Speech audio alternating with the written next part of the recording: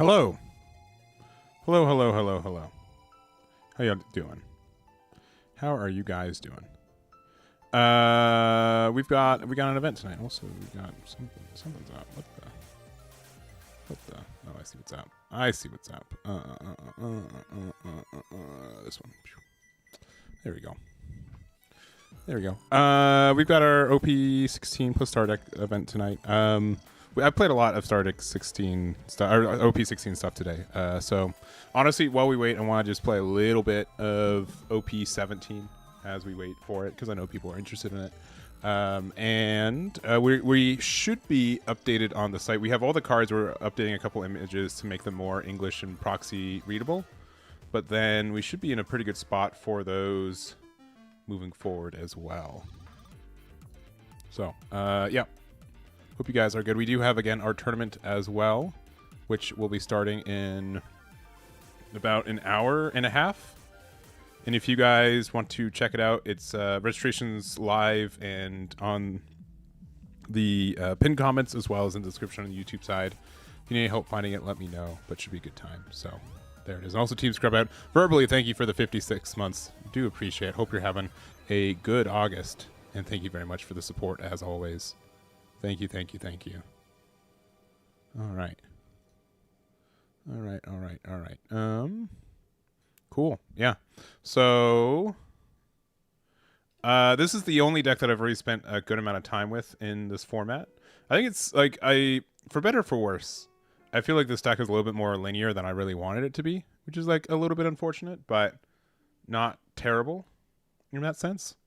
We'll play a couple games just to kind of show off what I mean. I haven't played a lot. I've probably played about a dozen games of this, mostly because I just kind of finishing the OP16 format. And honestly, I have a fun time playing like the Eustace Kid and Kaido and stuff. And we're going to be doing a dedicated OP17 live stream on. Is this? What do you mean? This? I think that's wrong. A dedicated live stream Thursday for OP17. So just because like we did like a tournament earlier, and I honestly just want to do like just a little bit of a flavor testing of OP17. That's what we're doing today. But then yeah, moving forward, we're just going to be doing OP17 stuff after this week. It's your birthday month. Well, happy birthday month, Team Scrub Out. And yeah, we're doing pretty good. Thank you very much. Thank you, thank you, thank you. All right. But yeah, this unfortunately, like for this deck though, yeah, it reminds me. Oh, sorry. You make an OP17. This deck was like a little bit more linear than I was wanting it to be. Reminds me a lot of like Yamato from OP16. Like very similar play lines and like ways it works where like it's difficult to interact with, and then you just end up having like a weirdly large hand size too. Oh, they canceled it, so I guess we're back. We're back here. But yeah, it's a very interesting deck. Very, very, very interesting. But yeah, I don't know if anyone else has tested it too and been like, yeah, well, if you just do the thing every time. I mean, like, it's also very dependent on going second, which is tough as well, I find. Not like impossible, just like a little bit tough. Just a little bit tough.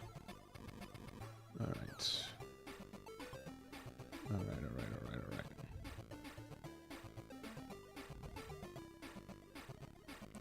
But should be, it's still manageable. It's just like, you know, there's like such a big difference between going first and going second. All right, there we go. All right, Sengoku. Oh, and I didn't. I'm sorry. I used the wrong deck. I concede. I'm sorry. Yeah, I lost. I'm sorry. I cannot play another game of Eustace Captain Kid. Man, I really want to see what the Sengoku deck was brewing. I do apologize. Maybe we could have played out one game. My bad.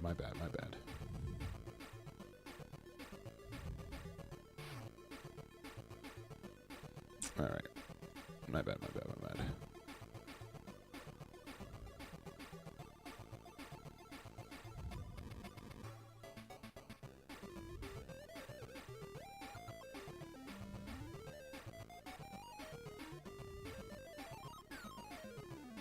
I think I also have Elbath spelt wrong when I typed it in. It's kind of funny. Just waiting for them to make a lobby. And then we will jump in. There we go. Alright. GLHF. I haven't played against Shanks, but I've heard that it's good. I've heard that it is good. But maybe not as good as like literally what's its name? I think Mihawk's still better, right? Alright. We do have the pirate docking on 5, which is really interesting. We don't have any of our 1-drop searchers though. And I mean we do have we don't have any searchers, so we probably just need a hardball again. Yeah, this is way better. Trash 1 Elbath type card, so we'll do that. We'll trash, I guess, Gerd. Draw 2 and pass. Do I see GLHF? No. There we go. But yeah, starting Thursday, we're doing straight OP17 testing, probably for like a month straight.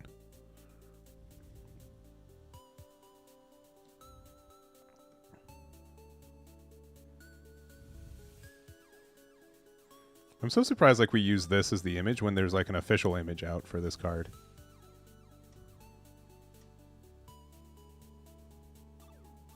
Yeah.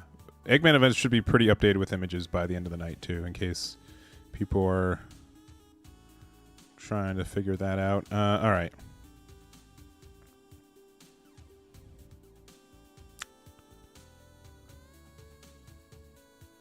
Honestly... Let me get this, actually. I don't know if that's right or wrong. What I mean is, like, as a target, they have to start, like, you know, prioritizing. There's so many 2Ks in this deck, too. It might have been... No, Sanji's, like, the same as this, right? We just haven't... We didn't see a 4-cost Saul. Alright, and Lime Juice will be down 3 cards. Reveal...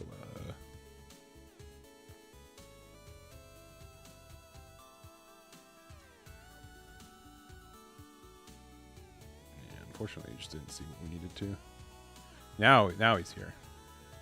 That's good. That's healthy.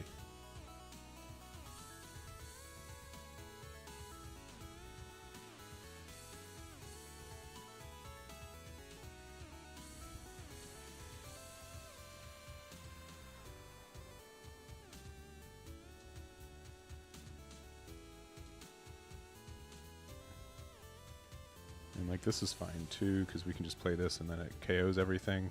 We haven't found another Luffy though. So like I feel like, I mean, okay. We do have a Luffy in the trash here, which is fine. What deck are you playing for the winner box? I mean, I know what you submitted. I know what you submitted. Is that what your question is?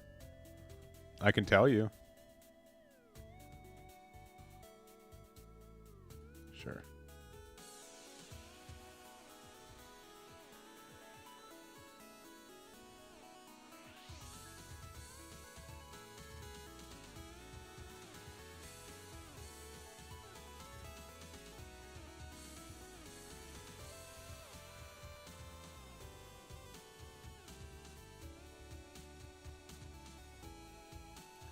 I think when I play this, I can only target the Kinemon.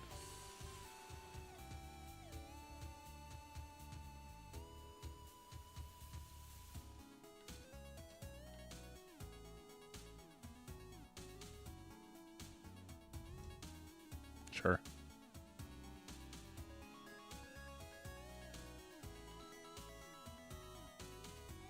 Because otherwise they can just rest. Yeah, just rest one of the cards instead, which we're not going to let them do, so...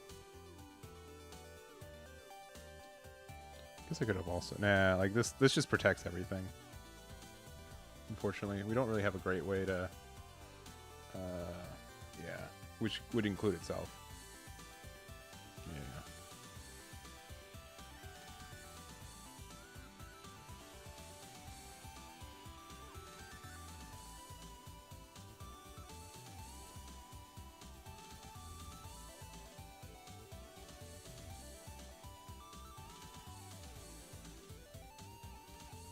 mean, at this point, I really don't care about these weenies. I mean, they're probably going to find a way to rest this, which is fine, but it being able to like power up all our cards to be able to attack for 5Ks are really nice.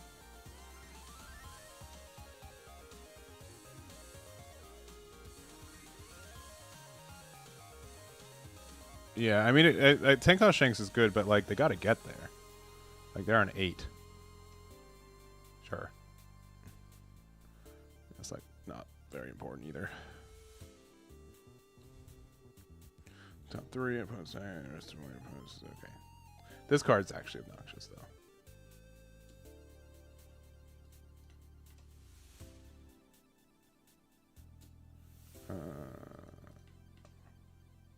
Oh, it's only you have to trash the character though, so it's like not that.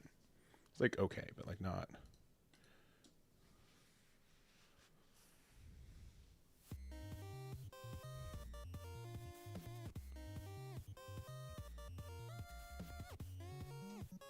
Sure. I get it. I don't really care about that as much. Let's see what this gets. Not the card we're looking for, but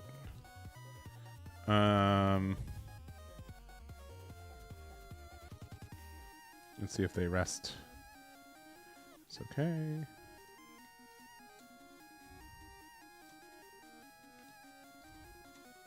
We got Luffy. Yeah, 10 cost Shanks is obnoxious though, which they likely have. At least we have our Luffy. Yeah, so substitute and then rest all your opponent's character, sure.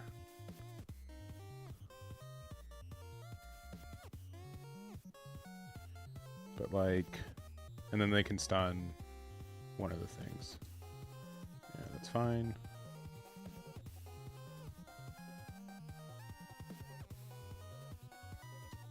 It's fine.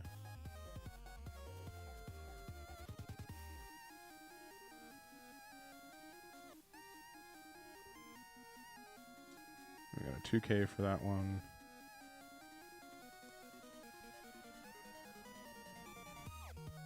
Yeah, this card is really good. And then, yeah, sure.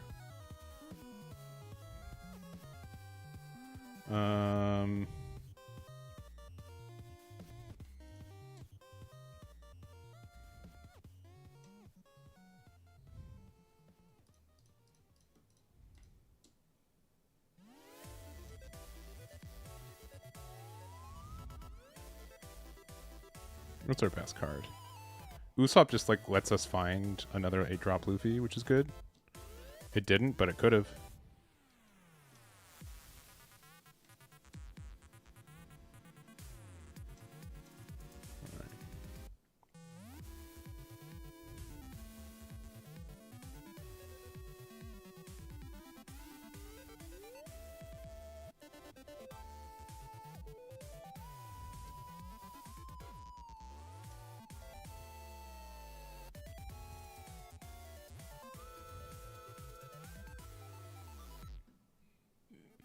Yeah, no, I remember from Digimon. Yeah, it's been forever, but yeah, I remember.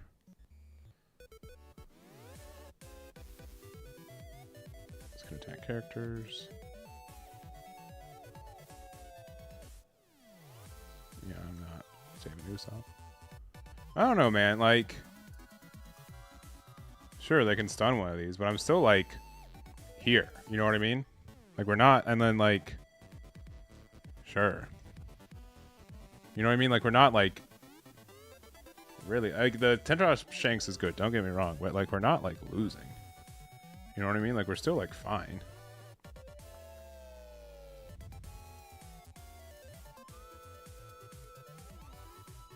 Cause like there's no blocker anywhere, right? What if I go 9 right now? How's that feel? And then what if we just go? Yeah.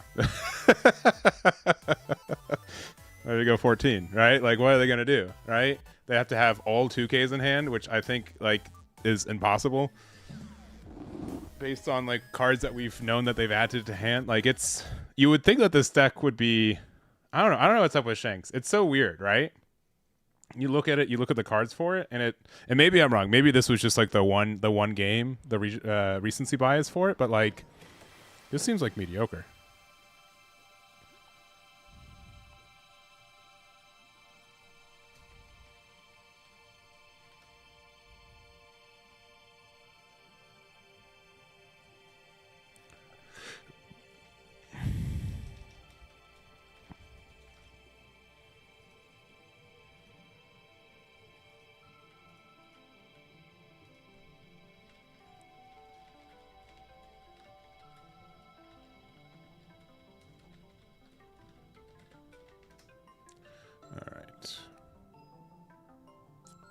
All right.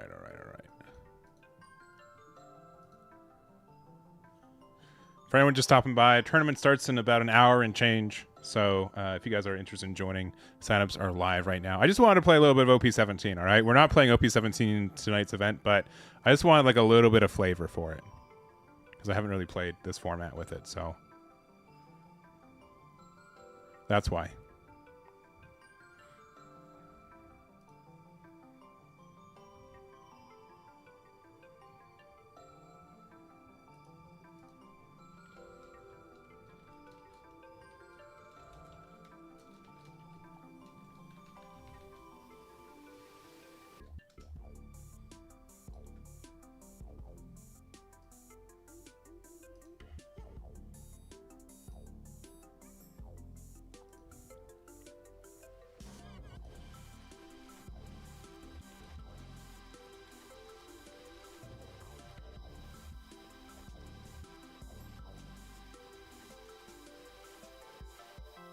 Okay, they decide not to play.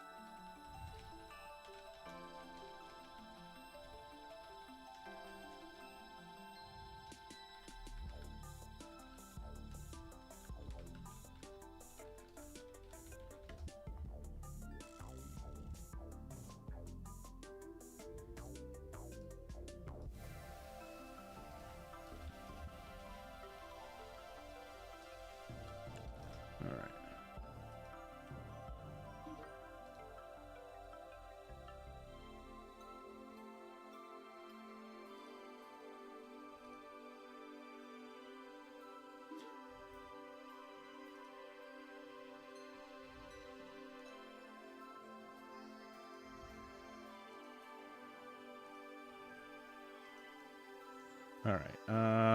I don't know what I want to do. I'm just going to go second. I think I'm just generally good with this deck. Go second. This is actually a pretty good hand, too.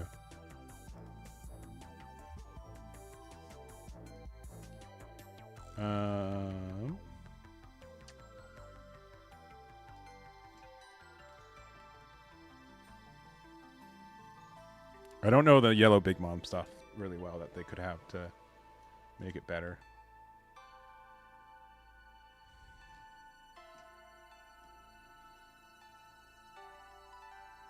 Oh, they're playing Lightning Dragon? That's funny.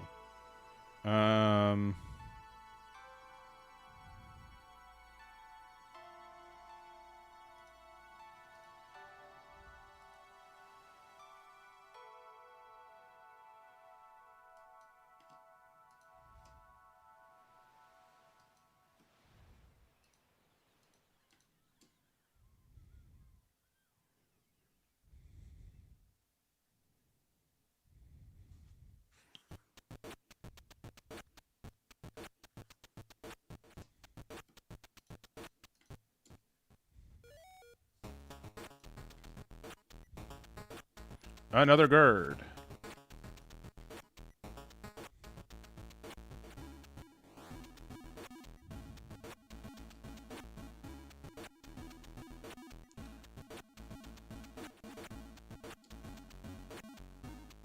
We're at 10 Dawn next turn. It's not great.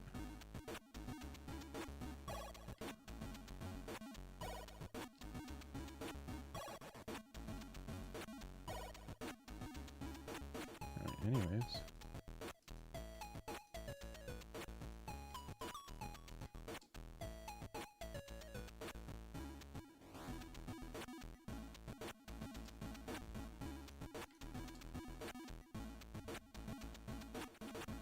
Not finding 8 cost Luffy despite doing double searches feels kinda bad.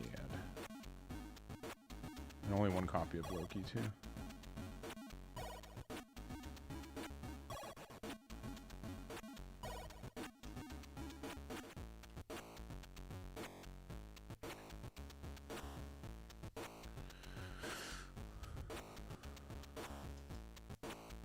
Sure.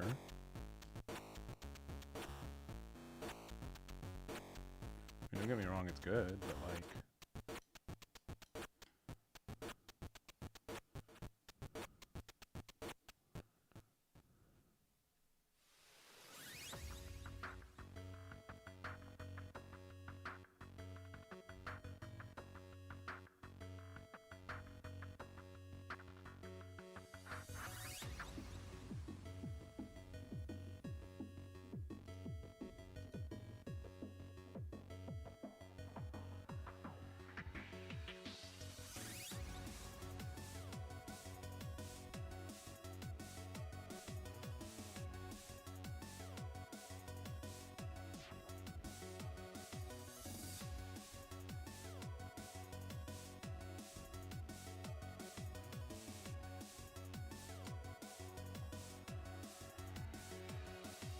I think I want to block here, because I think I'm going to play it out again. Sure. That card is insane. Sure. Okay. I don't really have a way to get rid of those. So we can discard one of these Gum Gum Kong pistols to get back Pirate Docking. And then we can use it to play out.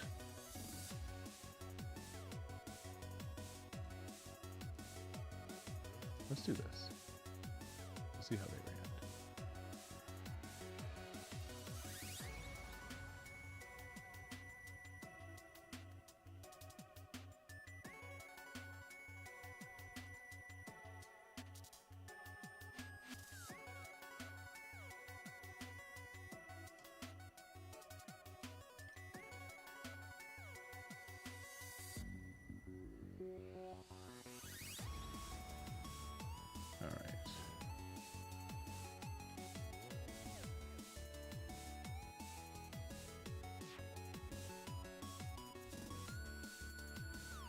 Oh, they forgot to block. Really? No block? Dang.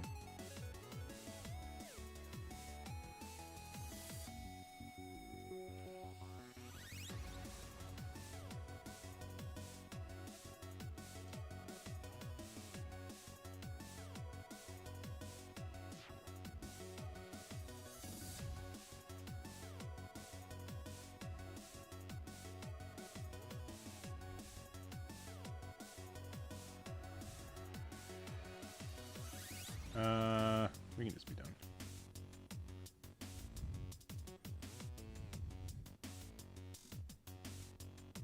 Hey, Sos, how you doing?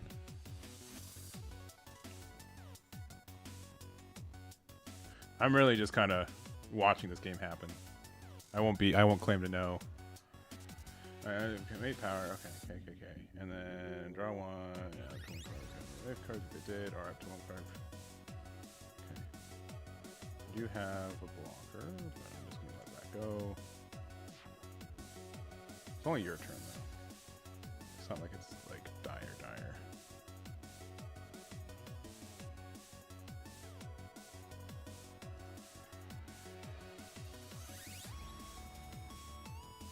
That's pretty good though. No Luffy's pretty upsetting.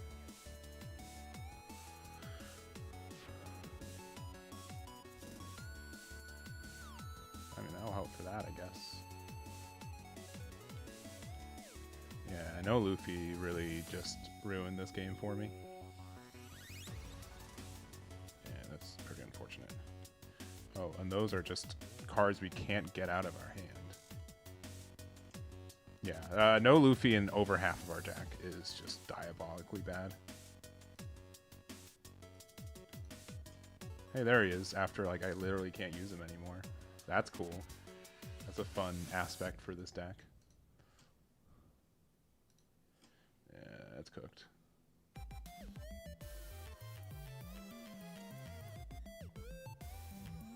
No audio? No, there should be audio.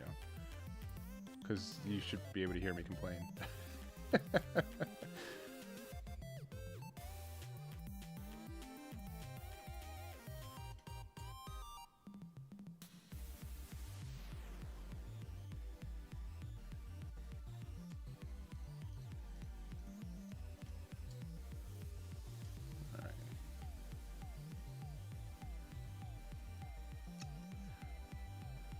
We do have 2 blockers right now, so like, it's like we're still like okay-ish. It's just sad. Opinion on the matchup? If we found Luffy, we'd be in a way better spot.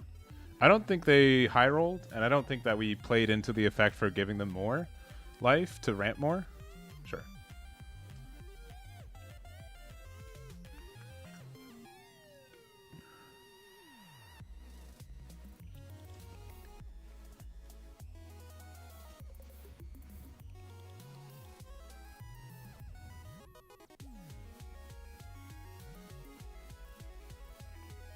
This card is nasty, though.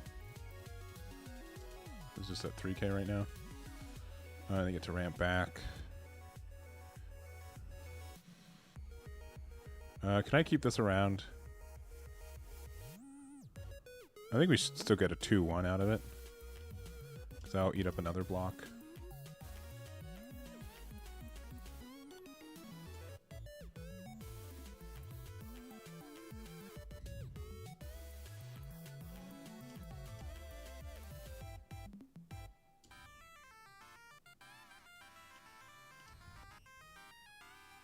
And then we can still use guard next turn. So we have like things to do, right? You're just getting like less and less things to do. Yeah, no, I believe Elbath Saba is good. I've seen it. I've seen people do it.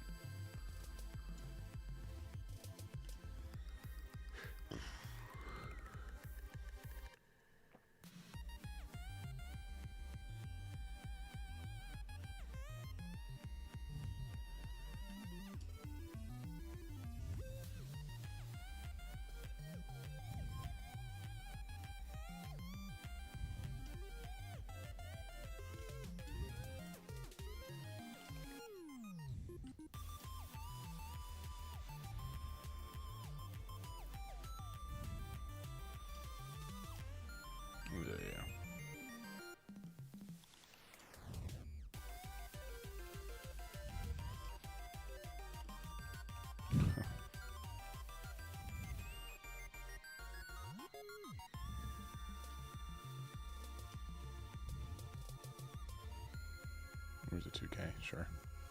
Doesn't really matter.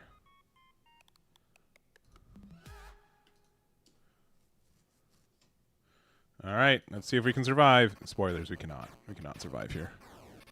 Maybe we should have kept out the Pirate Docking 6 up and then just played Luffy instead.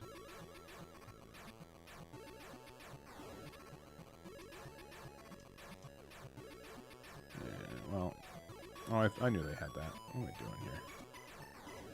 Yeah, GG's. Yeah, I think like not seeing our Luffy was what hit us more than anything. But like that's such a, I don't know. This does look. I do think that there is something here with this deck though. Like there's just so many good yellow and purple cards for Big Mom Pirates right now. That's difficult for it to be like bad.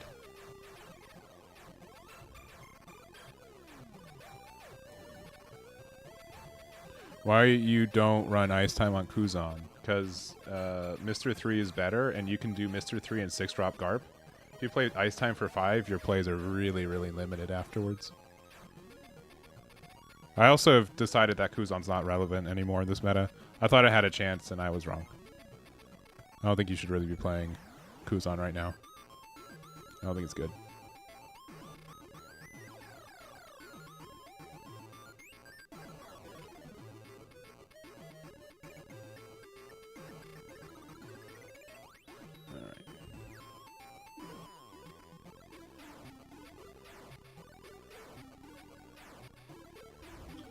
Alright.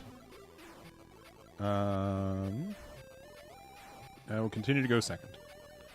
And we've got some good cards.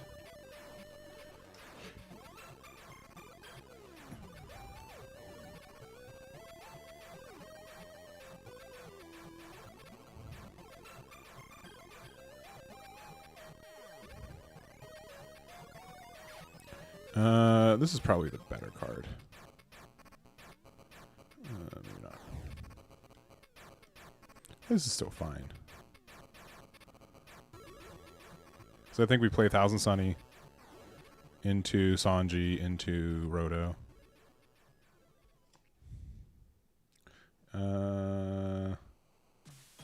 Cool. Yeah, they did do that. And I will take this. Ooh, okay, we've got curve now. All right. Every time. Saul, what are you doing?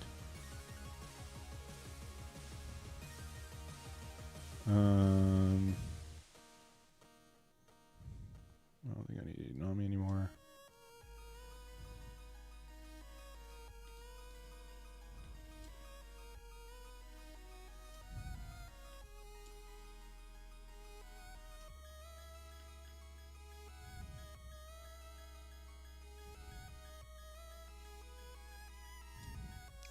So I can block with Roto right here. And I don't know. No, because they can... Can they give it rush? No, right? No, I'll just block with this while I can. I don't think we get punished for it. No, we don't. We were fine. But they get punished for playing that out.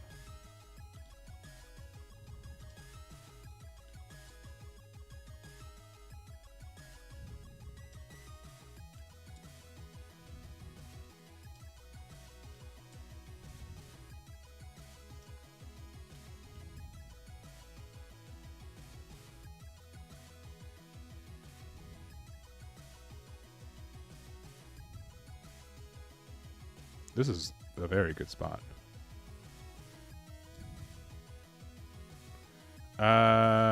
Sure. I don't think I actually mind getting hit. Sure.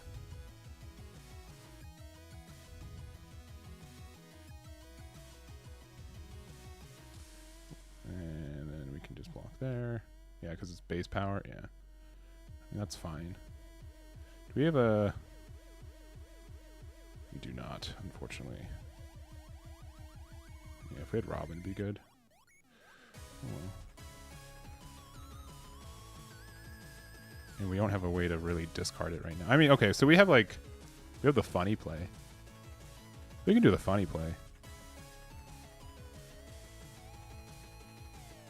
Yeah, why not?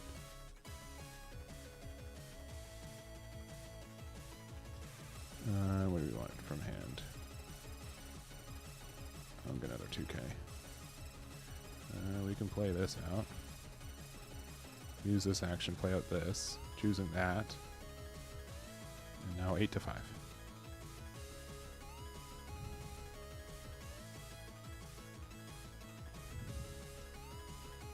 5 to 5.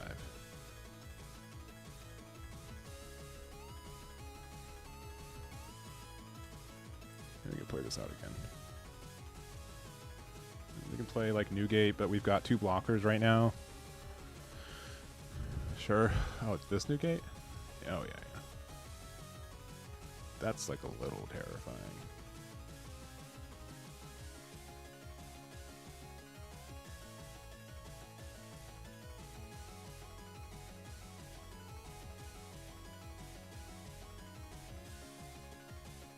This is 11K right now.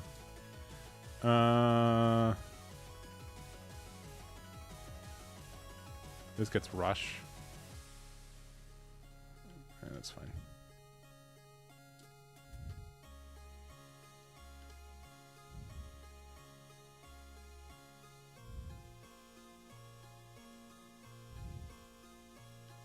$8K.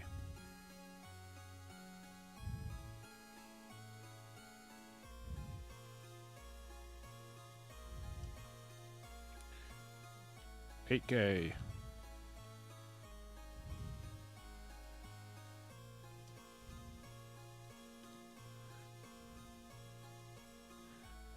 This point is probably got to be Gerd.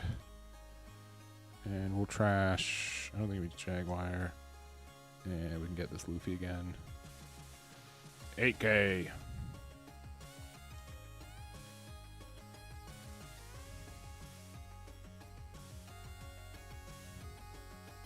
This is the OP16 Mint Sim. It's been around for like 3 years plus.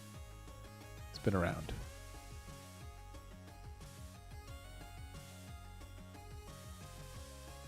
I have another new gate that's kind of tough. Well, like not like super tough, just kind of tough.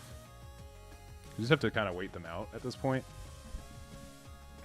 Because we can also, like the funny thing with this deck is that we can also just play like a bunch of blockers.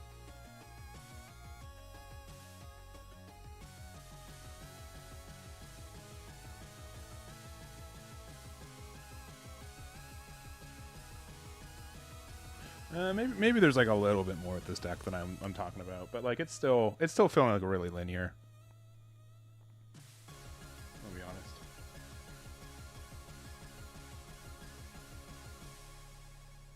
honest. Yep. 12K is a lot. Oh no, who could have foreseen this? Me. I could have foreseen this.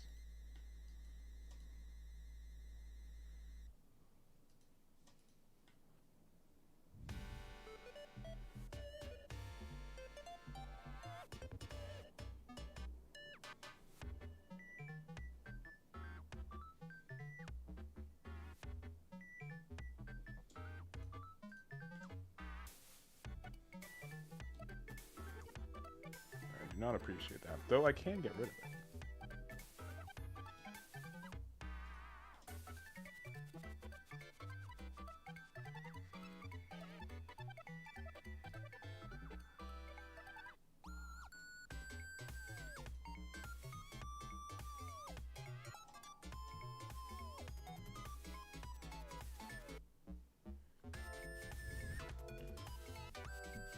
Are they playing Goldie Roger?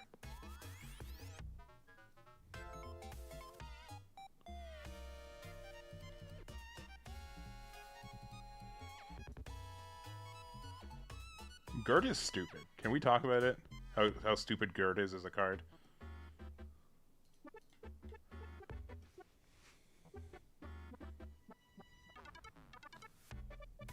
Sure.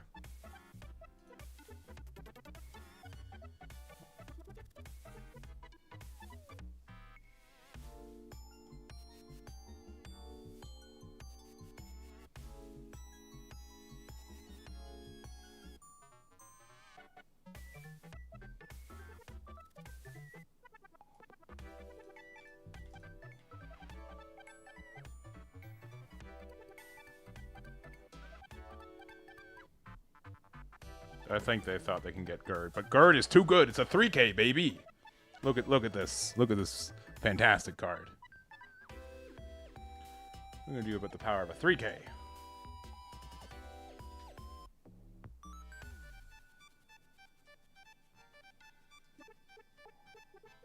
Oh, Luffy doesn't have blocker. Why did I think it did?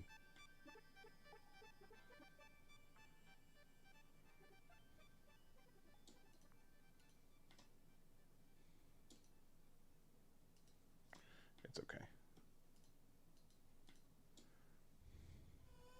Yeah, GG's. Oh, no GG. Yeah, I don't know why I thought Luffy had a blocker. It's alright though. I probably wouldn't have attacked anyways in case they had Goldie Roger, because Goldie Roger was like the only lose condition at this point. So I think it was fine. For anyone just joining, in about 1 hour from now, we're going to go live with our next event. For One Piece, we've got a webcam Star Deck legal event. Starts in 1 hour from now. We've got some tickets left available if you guys want to check it out. 3 boxes across top 8. And it's an OP16 triple winner box. $12 enter. Should be a good time. Should be a good time. Let me also check in some players who have submitted their deck list since.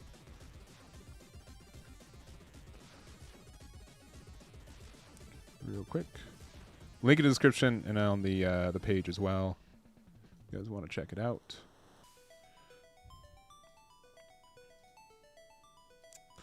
There we go. And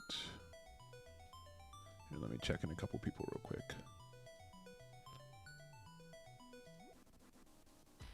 And make sure no one is DMing me. Let's see. This looks fine, fine, fine, fine. Fine, fine. And then...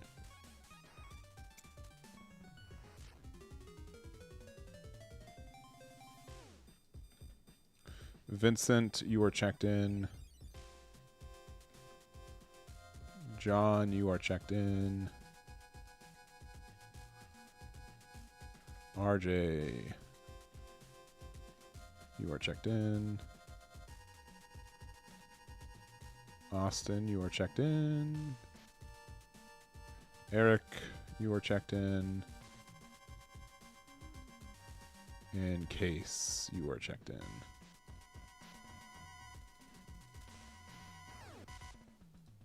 And then I think Michael M, you are also checked in.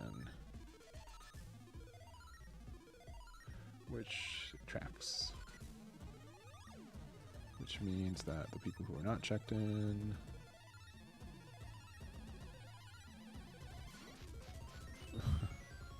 Okay. Let's see.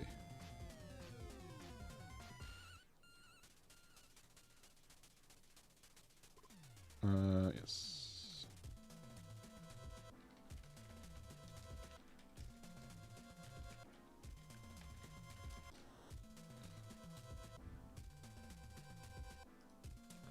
All right.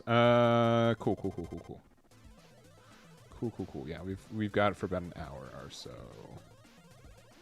Cool. All right. We can go back to... Yeah, so you can play from Canada. You can. That is fine. That is fine. I'll also be at Calgary in case you will be there.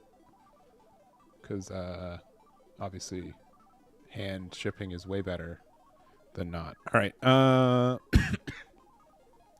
to think if I'd change anything with this build. Honestly, it feels pretty good so far.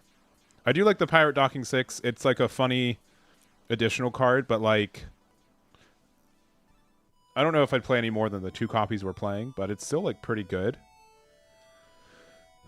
And then Gerd is so good. This card is like broken. Like it kind of breaks the game. This should not be a 2K. This should be like a 1K. I don't know why it's a 2K, but it is very good. It has been very, very good. It has been very, very good. Very, very good. And then yeah, being able to like the Roto is also like kind of good. I might actually make it more than Zora, right? Like the Zora protection effect is like not bad, but like being able to for one just turn all my like 2 drops into 5Ks are actually is kind of pretty good. So I like that. Kong pistol is like fine. Also. But yeah, very, very surprised at some of this.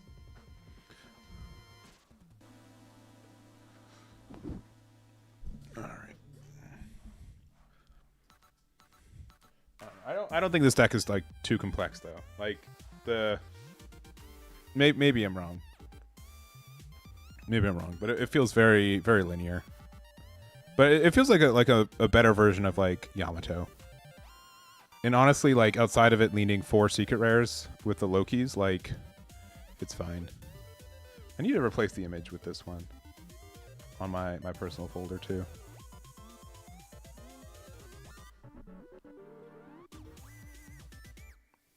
Yeah, because some of the card arts are just kind of mediocre. All right.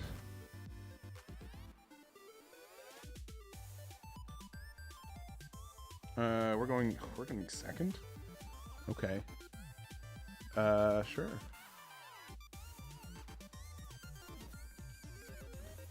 Thank you for giving me second.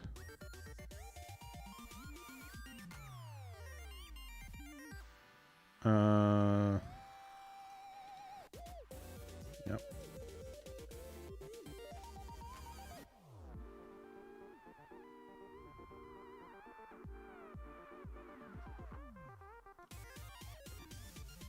Thank you for giving me additional card.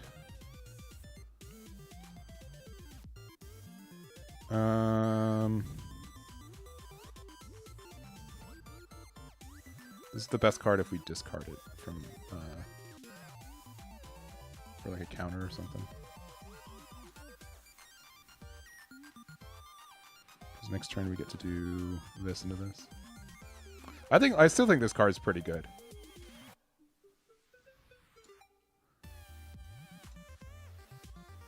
You can discard a card. I mean, at this point, you kind of have to, right? It's the same as like turning a card in hand into a 1k counter. Yeah. I think that's fair.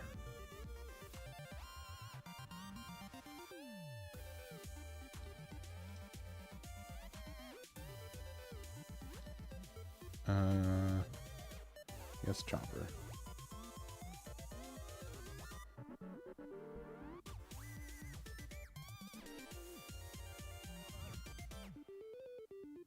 Yeah, I think I've seen people say the Sabo version of this is very good too.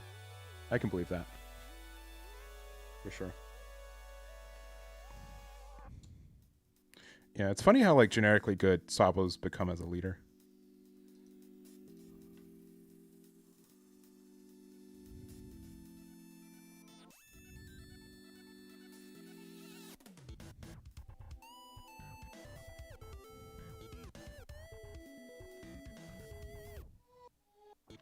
We haven't seen the best card in our deck though, i.e. Gerd. Do we have another 2-cost?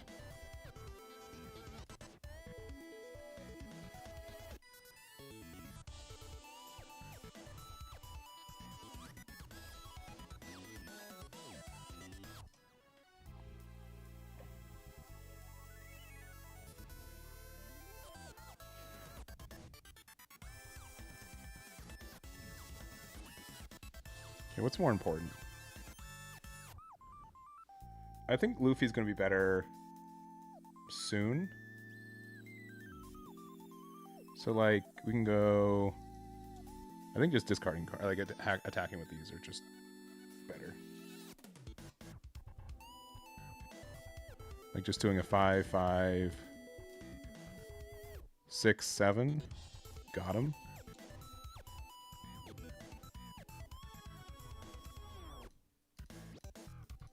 We play Luffy next turn.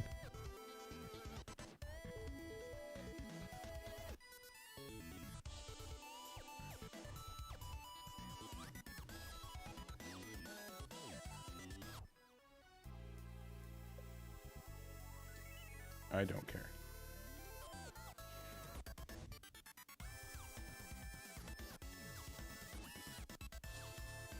I don't care.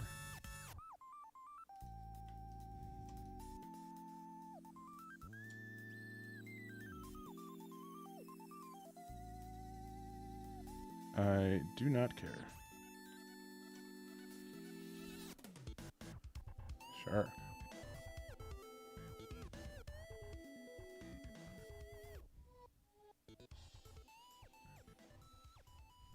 This card's not rested, though, so I could just go for game next turn. Sure.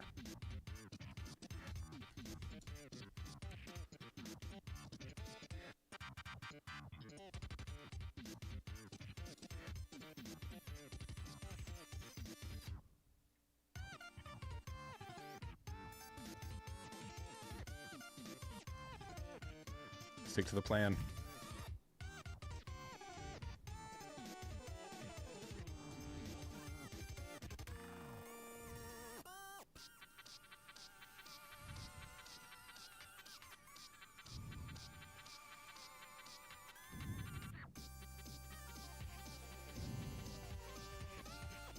They can just rest my stuff anyways, right?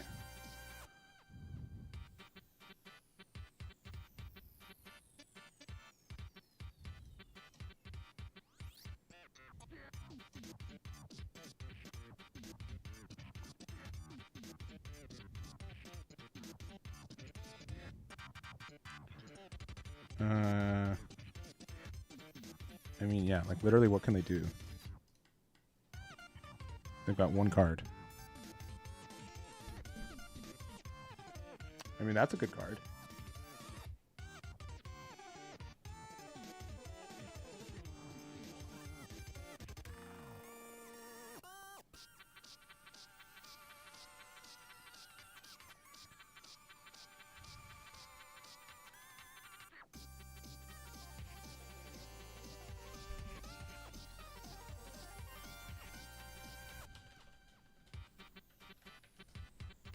They got Hongo, which is a 2K. Which they can play, and then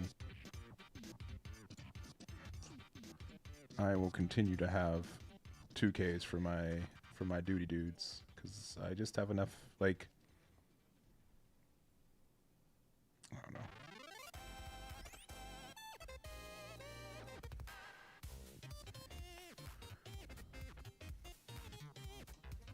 Kind of need this guy. Probably should have attacked into the Luffy.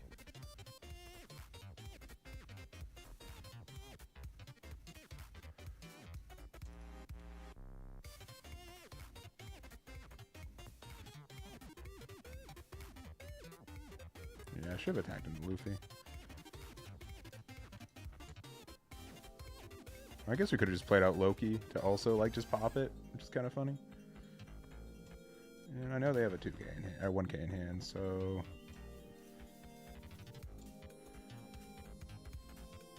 yeah, GG's. Maybe I'm wrong about this deck. Maybe this deck is better than I'm thinking. Maybe I'm wrong. I know. Unlikely. But maybe. Maybe. I'll probably play one more game and then we'll be hanging out for the thingies. Alright. Let's see. Yeah, Case, you are still good to go.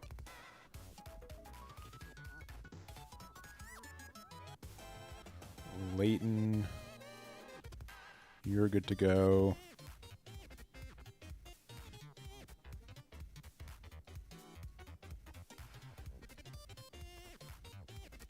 And then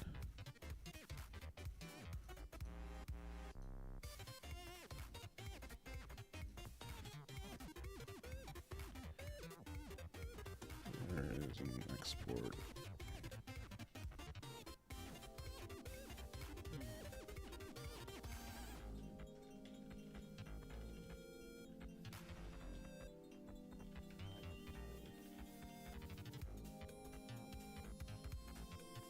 All right.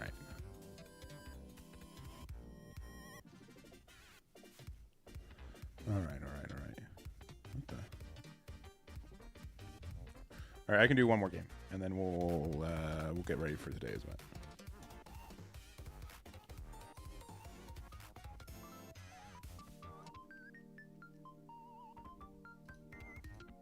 Every deck's good until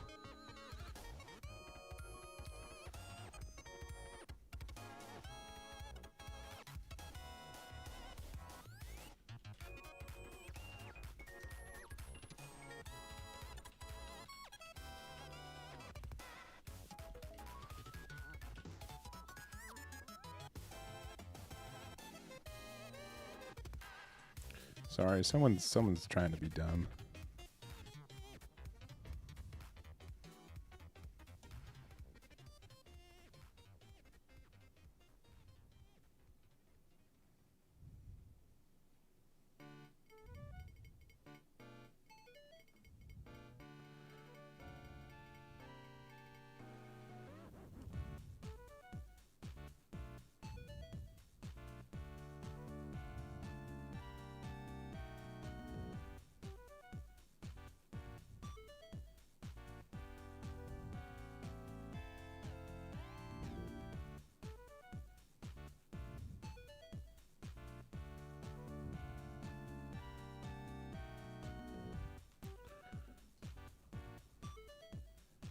All right, one more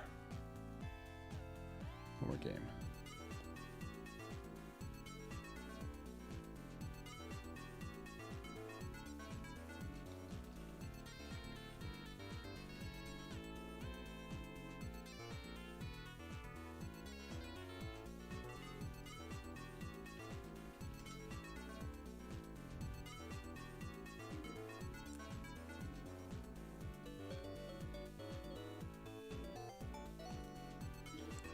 All right, the Mihawk. We're going to go first, which we don't prefer, but we got some pretty okay cards, so we're going to keep them.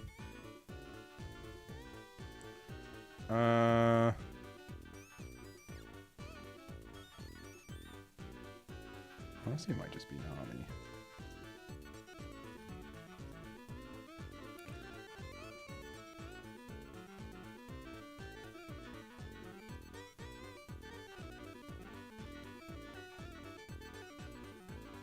Alright, Kinemon.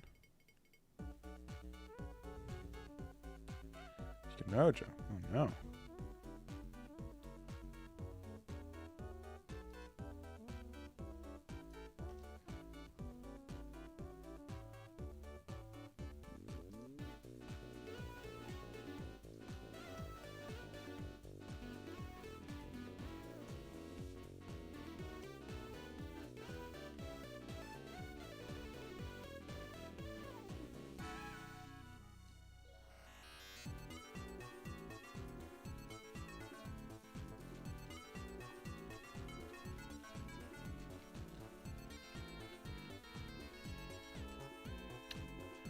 No, well. Goodbye, Sanchi. Yeah, that makes a huge difference, too.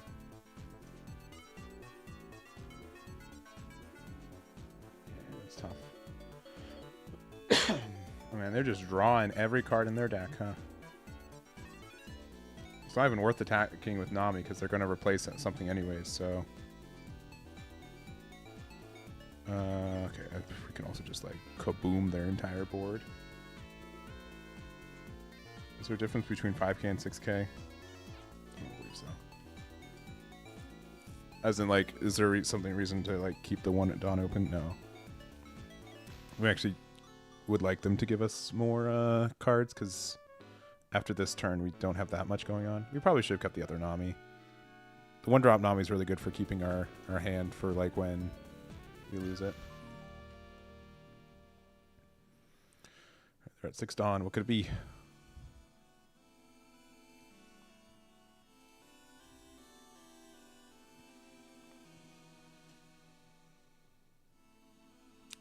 Mihawk in this meta? Dang. And then Perona with a cost of 5 or less, which is only this Nami? Oh, no. That's pretty upsetting. Man, I sure do wonder why they didn't use Mihawk here. Sure. Another Loki.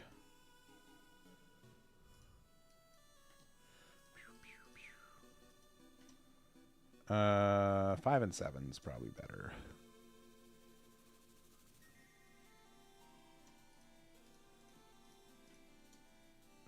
They're going to 8 dawn after this. Oh, fancy. I also could have played King, the Gum Gum King Kong pistol, which maybe I'll do next turn. But this also has protection, so like that makes it like less good. All right, Kinemon.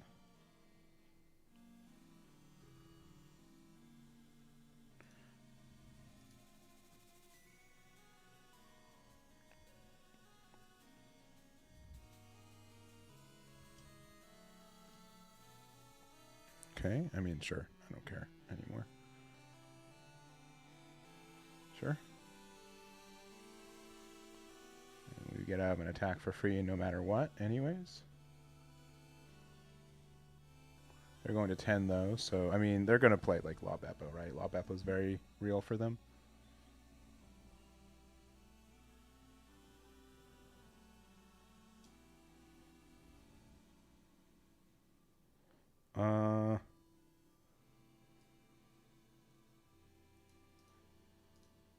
Sure.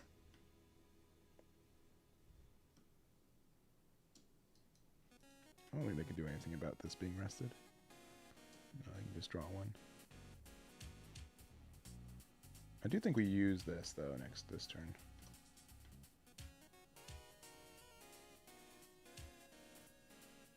Well, this is going to be arrested no matter what, right? Because of the thing.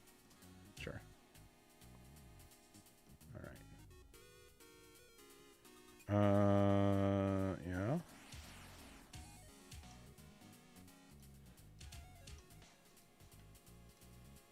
those two. Do I care about the Kinemon? I don't think I do. I'm being really honest. So I can pop it later if I need to play out the Loki anyways, which is looking kind of real. They're going to be able to play like Wild Beppo anyways, so I got to just do this. Draw 2, discard 2, this one, and this one. Pass a Rooney. Oh boy, I sure do hope they don't have Wild Beppo.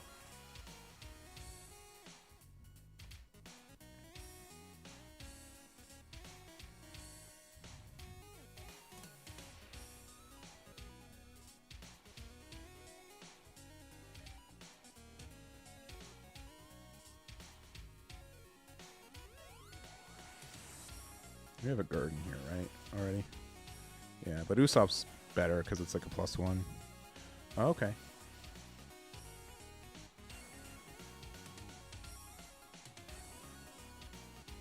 Oh, yeah, they can really pressure this dude, can't they? Yeah. I guess I should have. I don't think. I think like leaving the Kinemon around was fine. 7 there. Sure thing.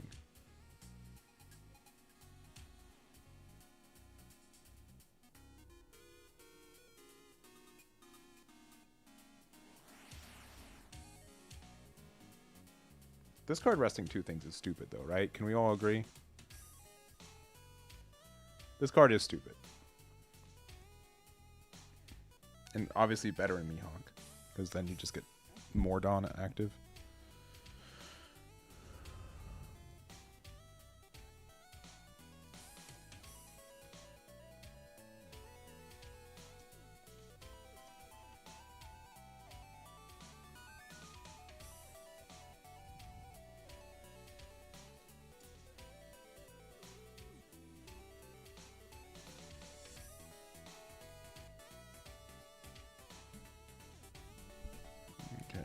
What's our play here? So even if we play out 2 blockers, it's not really going to do anything, right? Because they can just rest them.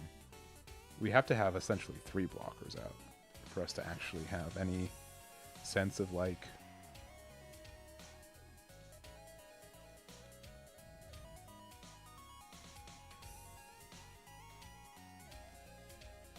Okay.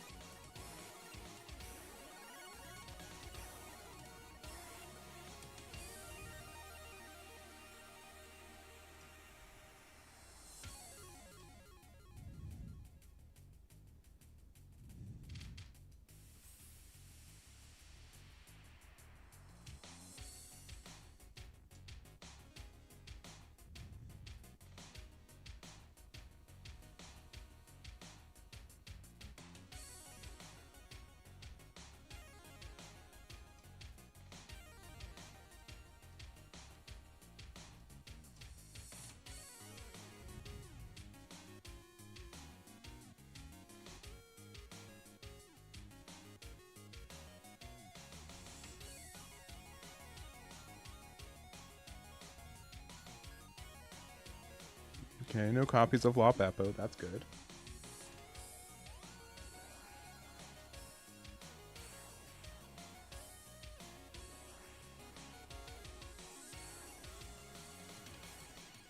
Now, what is the play right now?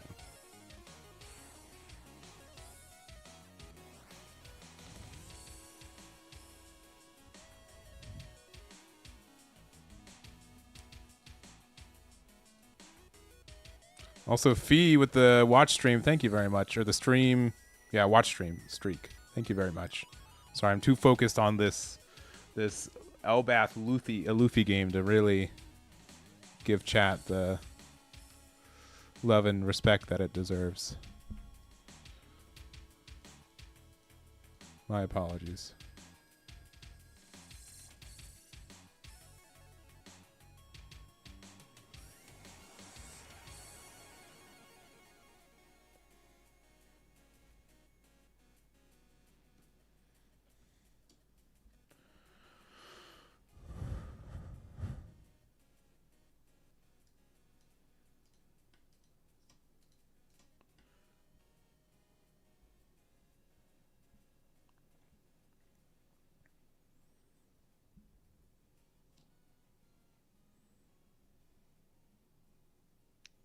Oh.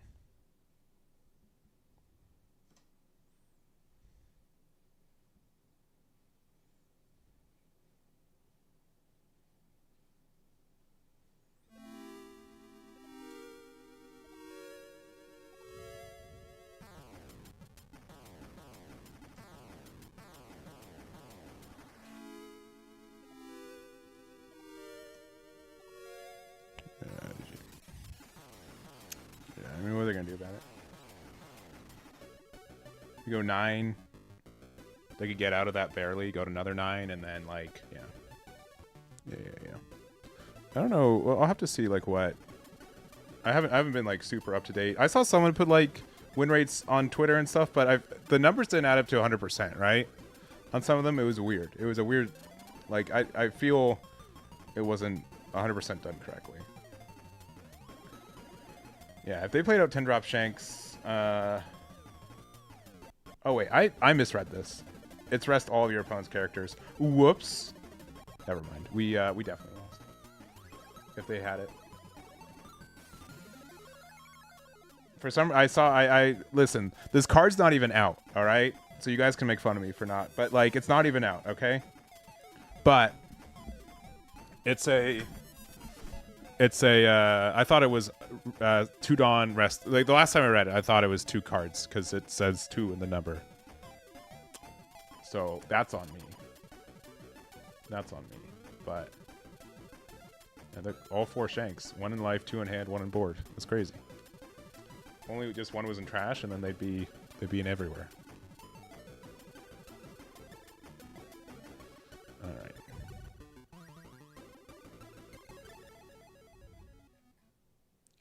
All right. Anyways, at One Piece. Last call. Registration and... let's see, registration and... check and closes in 15 minutes. Cool. All right, so we're going to be done with this part of the stream. We're going to have a tournament for OP16 and Star Deck, the new Star Decks. It's live right now. We've got 15 minutes, so in case you guys want to play, let me know. We currently have 29 players signed up, so would love to have 30 players, but I know how it is there, and then we'll get this tournament off to the races there. So check it out, link in the description. We'll be back in like 15-20 minutes as we get going, and then we'll go from there. Yeah, it is a wild card. Yeah, what were they thinking? What are they thinking? I mean, like, if it was restricted to red hair pirates, sure. But, like, it being able to be played in Mihawk is kind of crazy. Kind of crazy.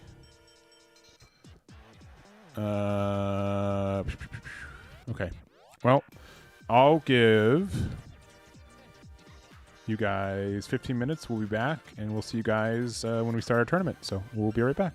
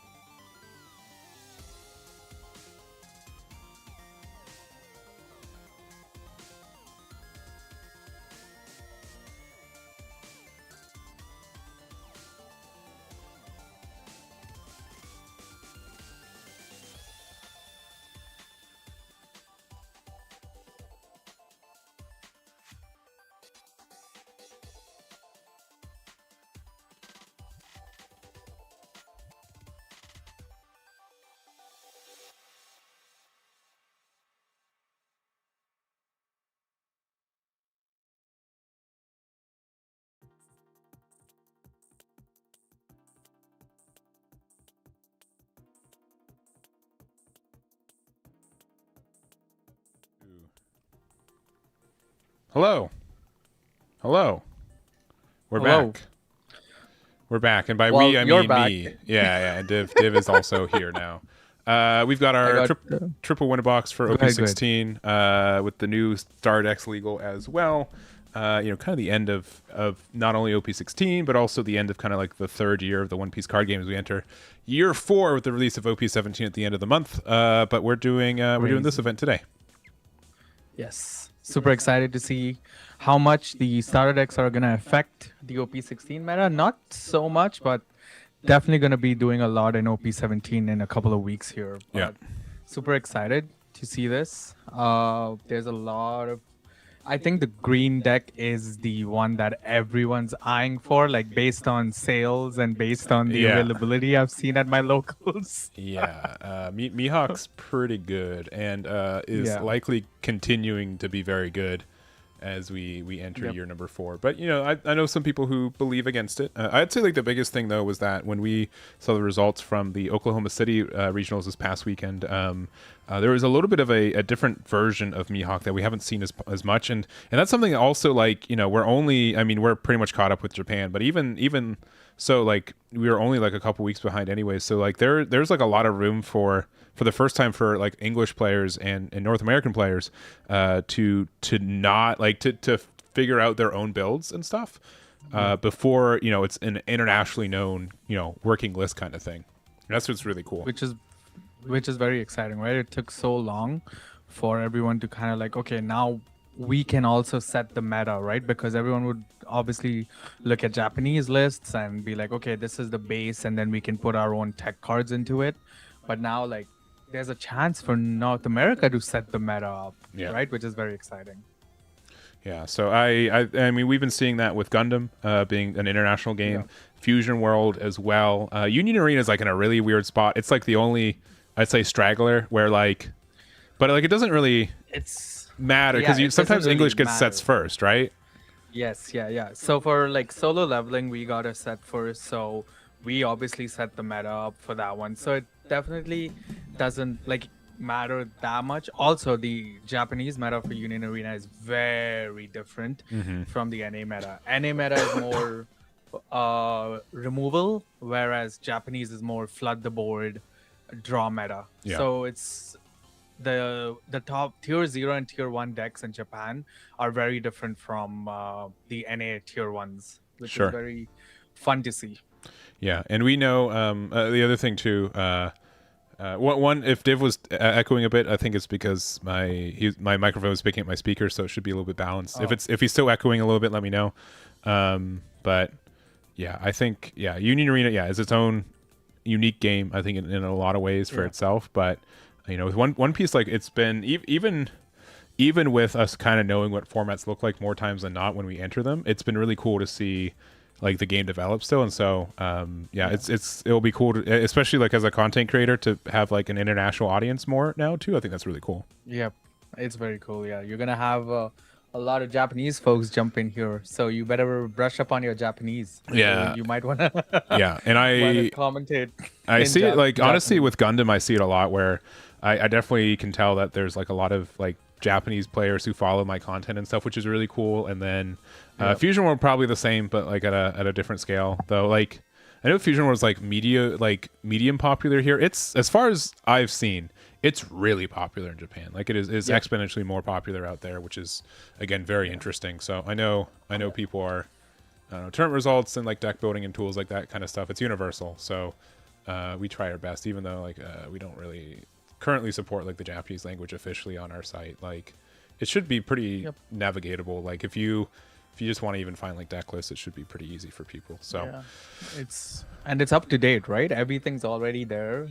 yes, OP17. yeah, So it should be OP17. fun. We just got there. Nice. And Nice. we're working on getting some better looking English images for some of the proxies here. But by tomorrow morning, we should be in a really, really good spot for that, which is great. So Pretty good. Pretty good.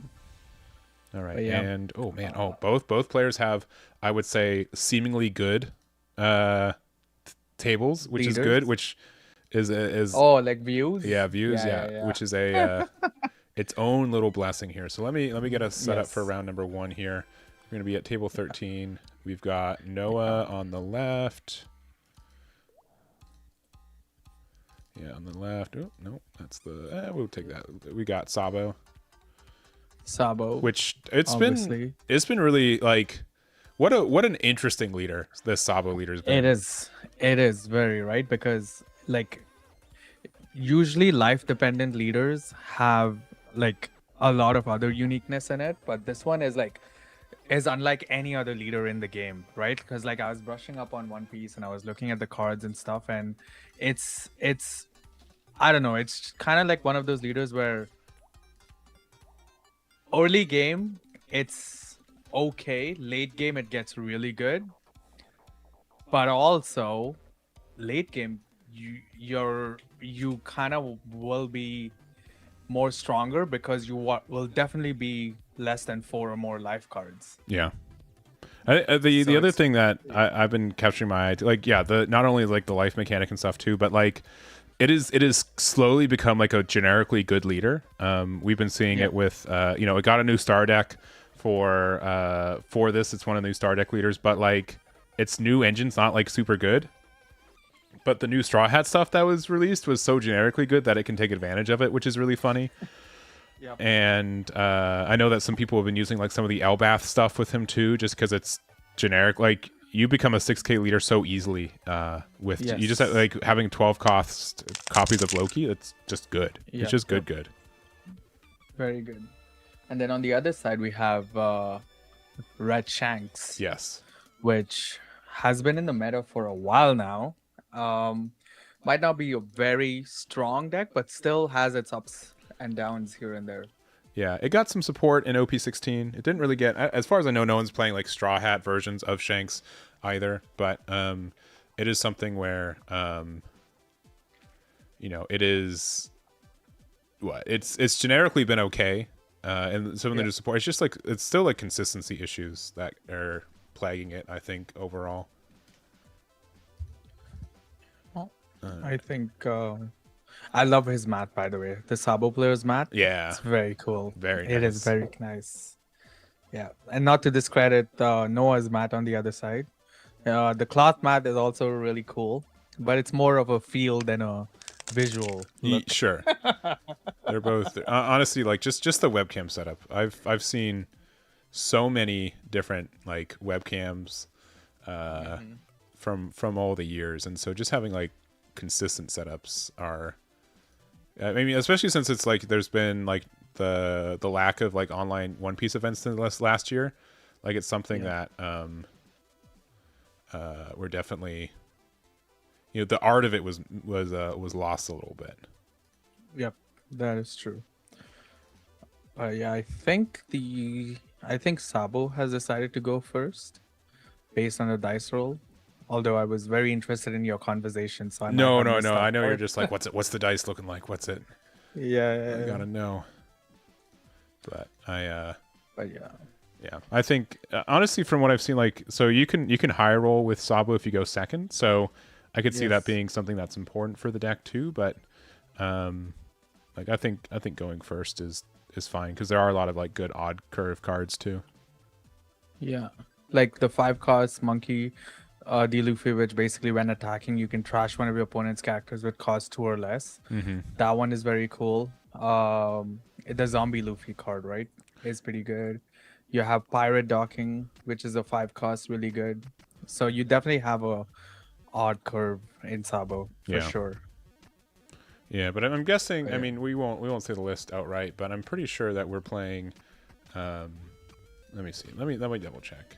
Because I know a lot of people were trying like the Revolution Army 4K body build, but like, oh, true.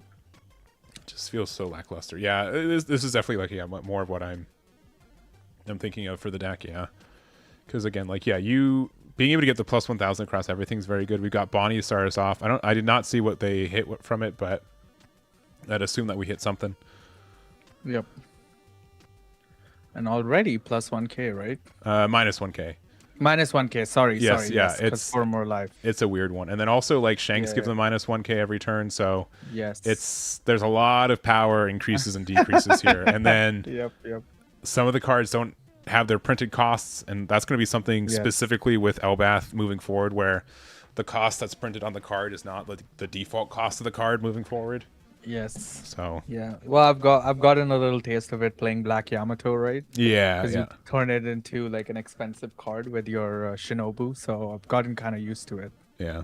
Now. But if you like Yamato, you'll definitely like the Elbath Luffy. I think it's a lot of the same idea for a deck, but it's a little bit better. I mean, I love playing it, but I do not like getting wrecked playing it. Sure, for Yamato. There is a Yamato player today. If they win round 1, we can nice. We can bring it to round 2. But we do have the 4-cost Luffy, which is like the whole combo piece for this deck. And yeah, we've got 3 searchers. We've got double Bonnies. We got the 1000 Sunny stage set up too. Yeah. Damn.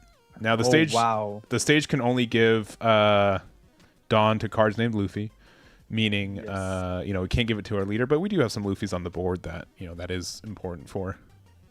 Yeah, I don't know what he picked up. Did he pick up Swallow Bond?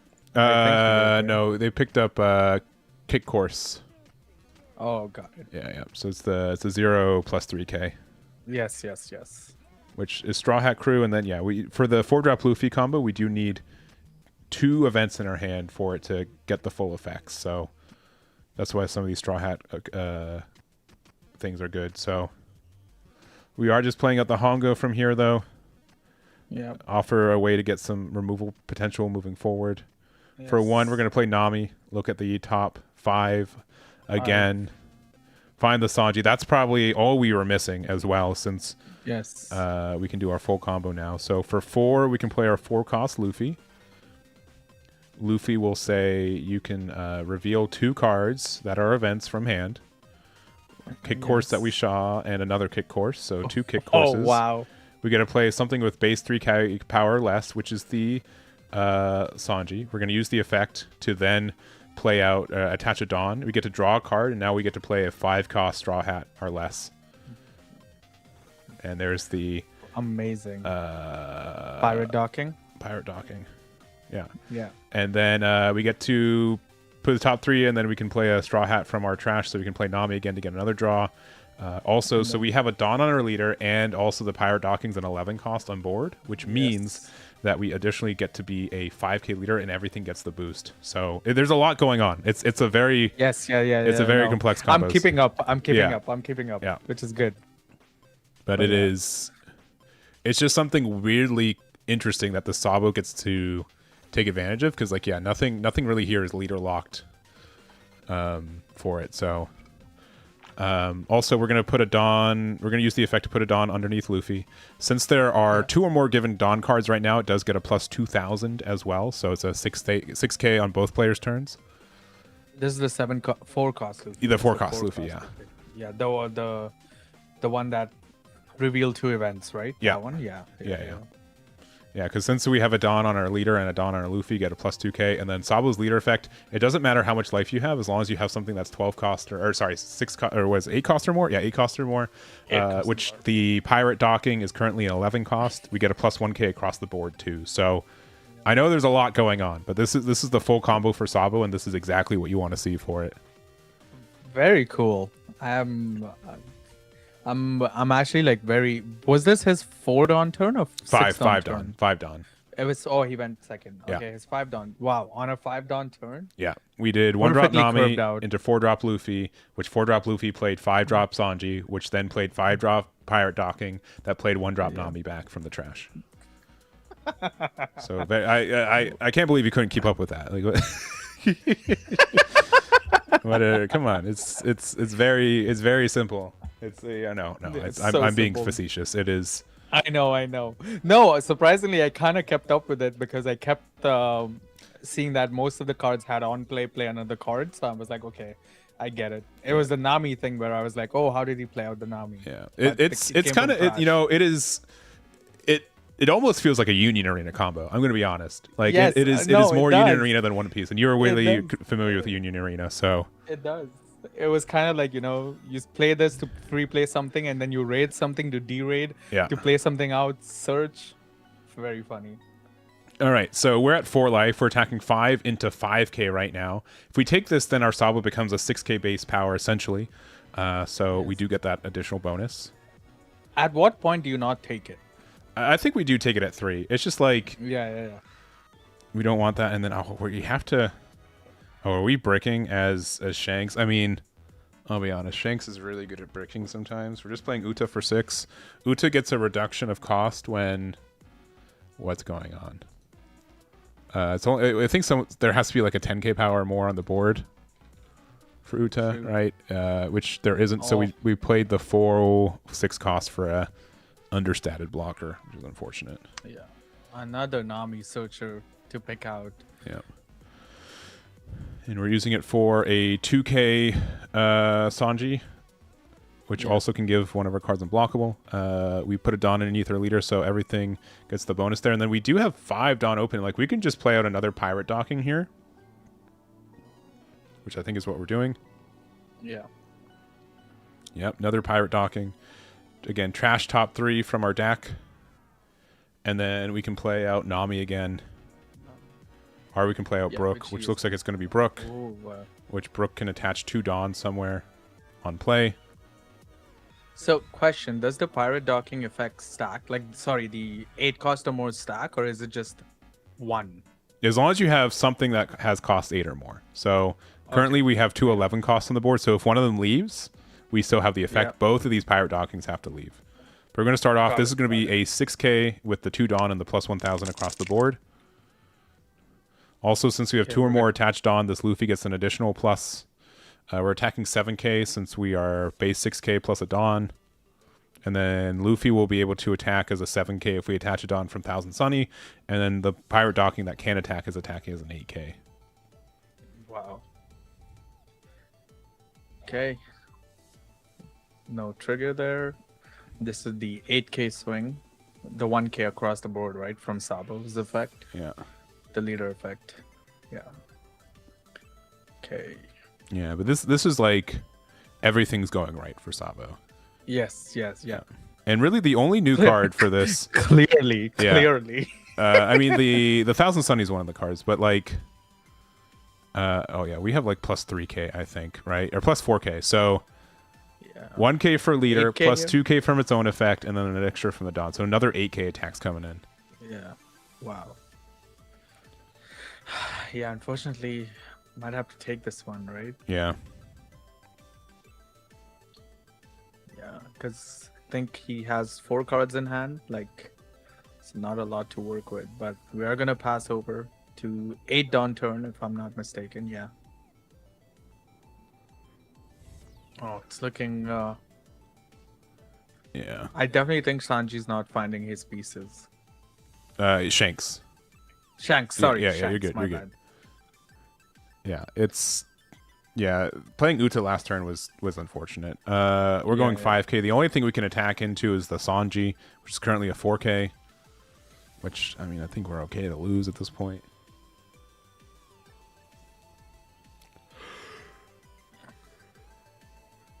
We got 9 cards in hand for Shanks. Yeah, I have 9 cards. There goes the Sanji there. We still have 2 Dawn attached as well somewhere, so Luffy does get the boost. Okay. For 4, oh 4. Man.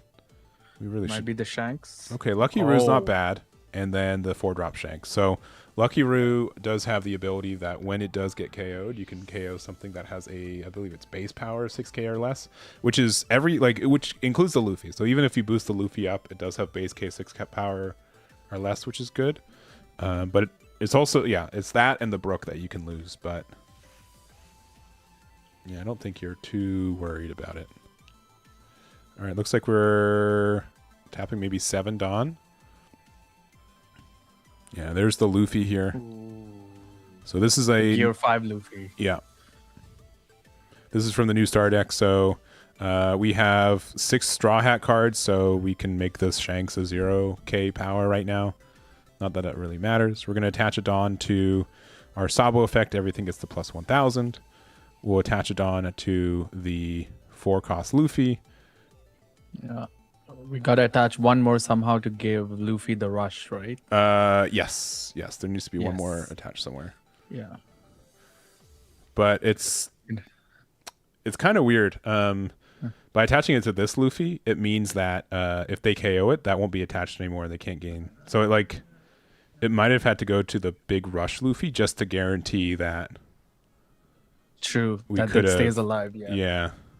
Or use the rush effect. Yeah, you're right. Yeah, because we can lose out on the rush effect. But it looks like we're just going to use leader effect and the Shanks effect. So Shanks has an effect that lets us give the minus 2k. We're going to attack 5k with this.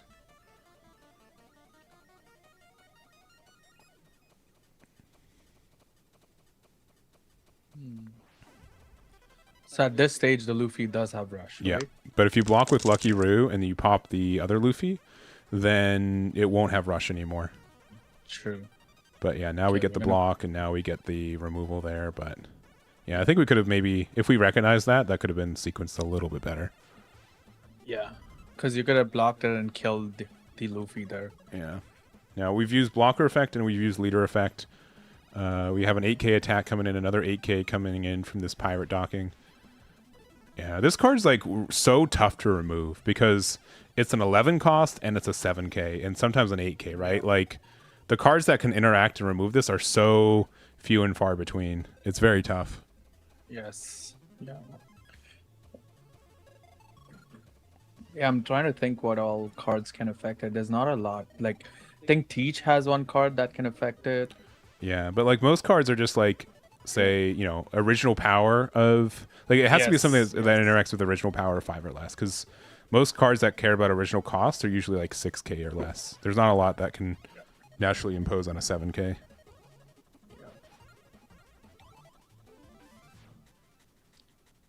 All right. We're gonna try to see what we can do over from Shanks' side here on our full down turn. Looks like it is simply remove the Brook. And then, I mean, do we have, if we've got the Ben Beckman, yeah, we do.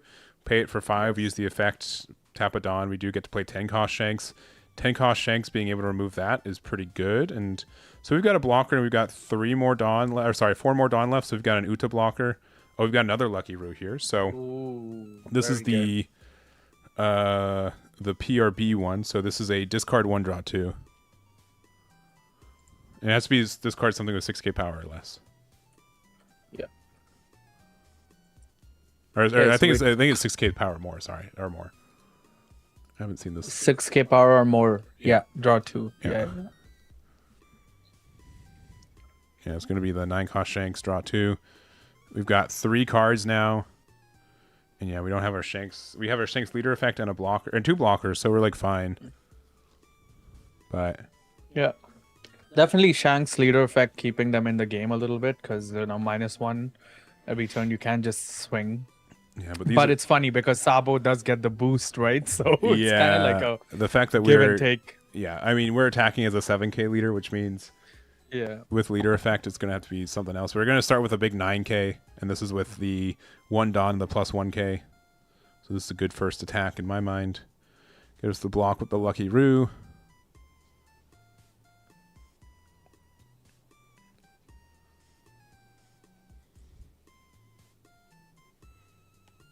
Did he use the? How did he attach the Dawn to Pirate? Just attaching. Yeah, okay, there hasn't been any. Okay.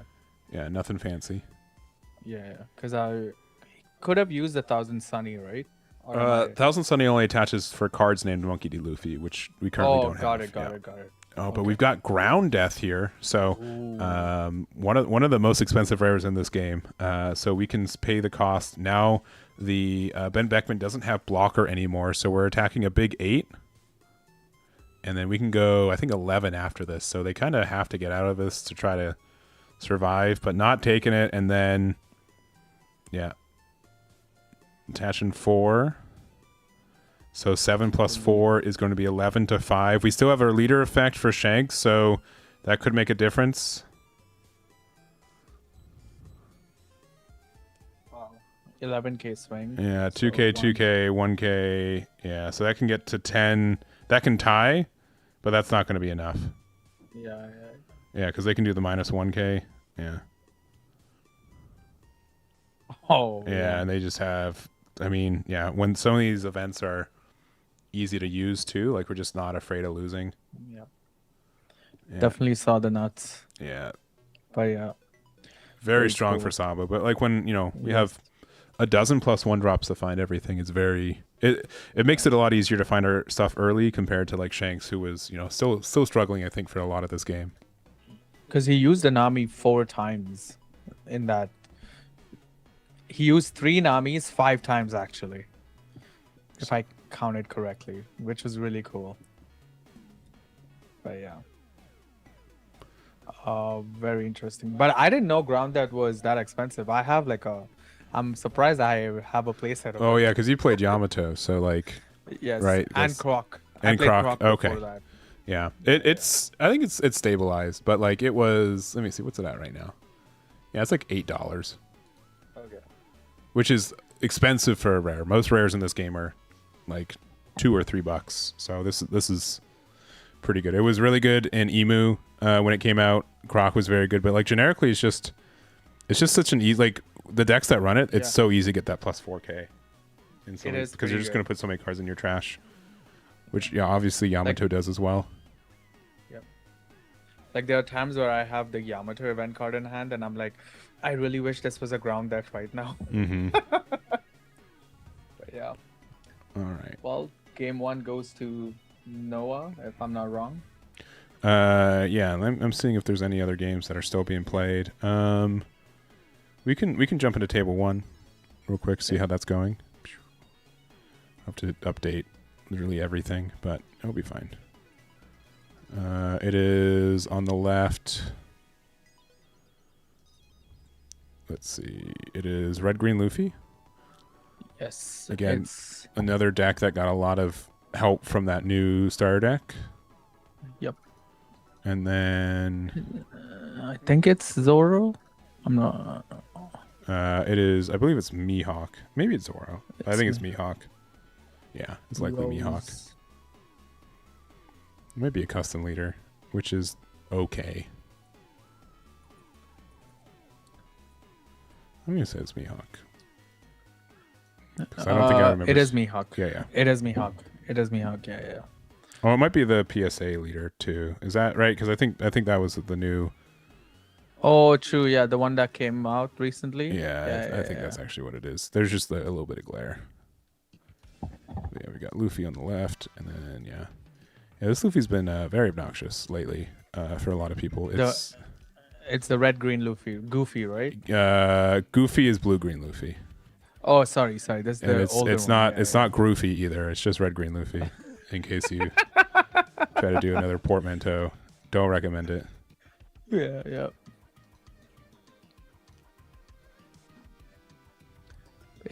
Both. Okay, it is the two PSA live Mihawk. kills. Okay, cool. Sorry, I haven't seen that in person, so I haven't. I just haven't committed that to memory. But I'm sure, like in Calgary, we're gonna see a lot of people who are playing it. So should probably get a little bit more used to it.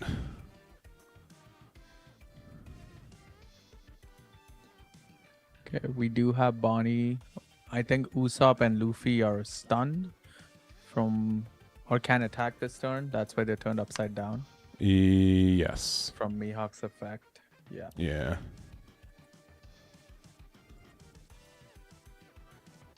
All right, and we're gonna be playing out Zoro. Get a plus 2K there. Get ready for Elbaf Luffy. I was doing some testing earlier. I don't know. Jury's out for how I feel about that deck right now. Jury's out. I don't know if it's too linear or if I'm just thinking about it wrong. But it can't. I think it is good in general. I think it's a solid deck. Is Elbaf Luffy coming out in OP17, right? Yeah. Yeah. It's essentially the 4 emperors, the old ones.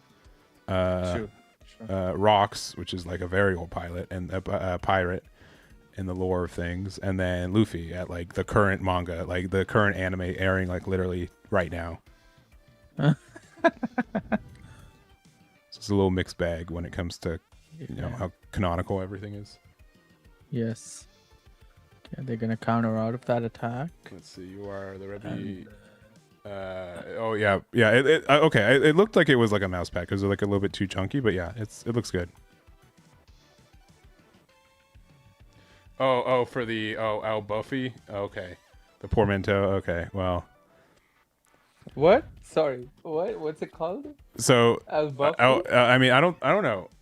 El Buffy? Or are people calling El Buffy? That seems incorrect. That seems like a mistake. Funny.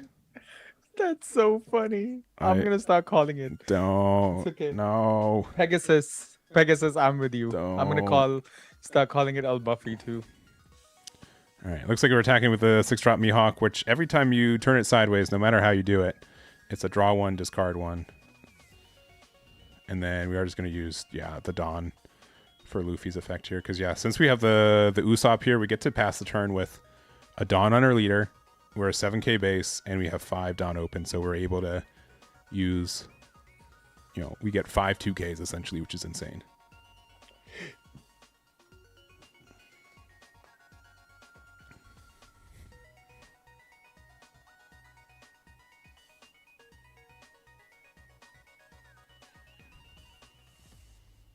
Oh, Boofy? I don't know.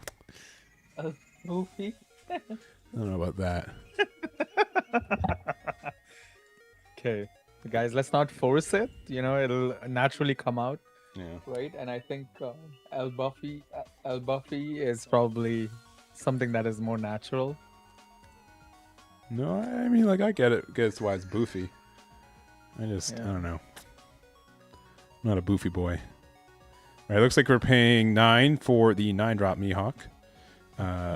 This is a terrifying card. So we're going to use our leader effect to rest it to get 3 Dawn back. And then when the Mihawk is rested, something with a cost of 9 or less cannot become rested next turn. So it's going to be the Zoro more times than not. Also, I believe that the Luffy and the Usopp should be able to attack next turn. Yeah, because I think that it was the 5-drop Perona that prevented them. But do you? I mean, I guess we can probably attack with Mihawk just so we get the draw one, discard one. Yeah.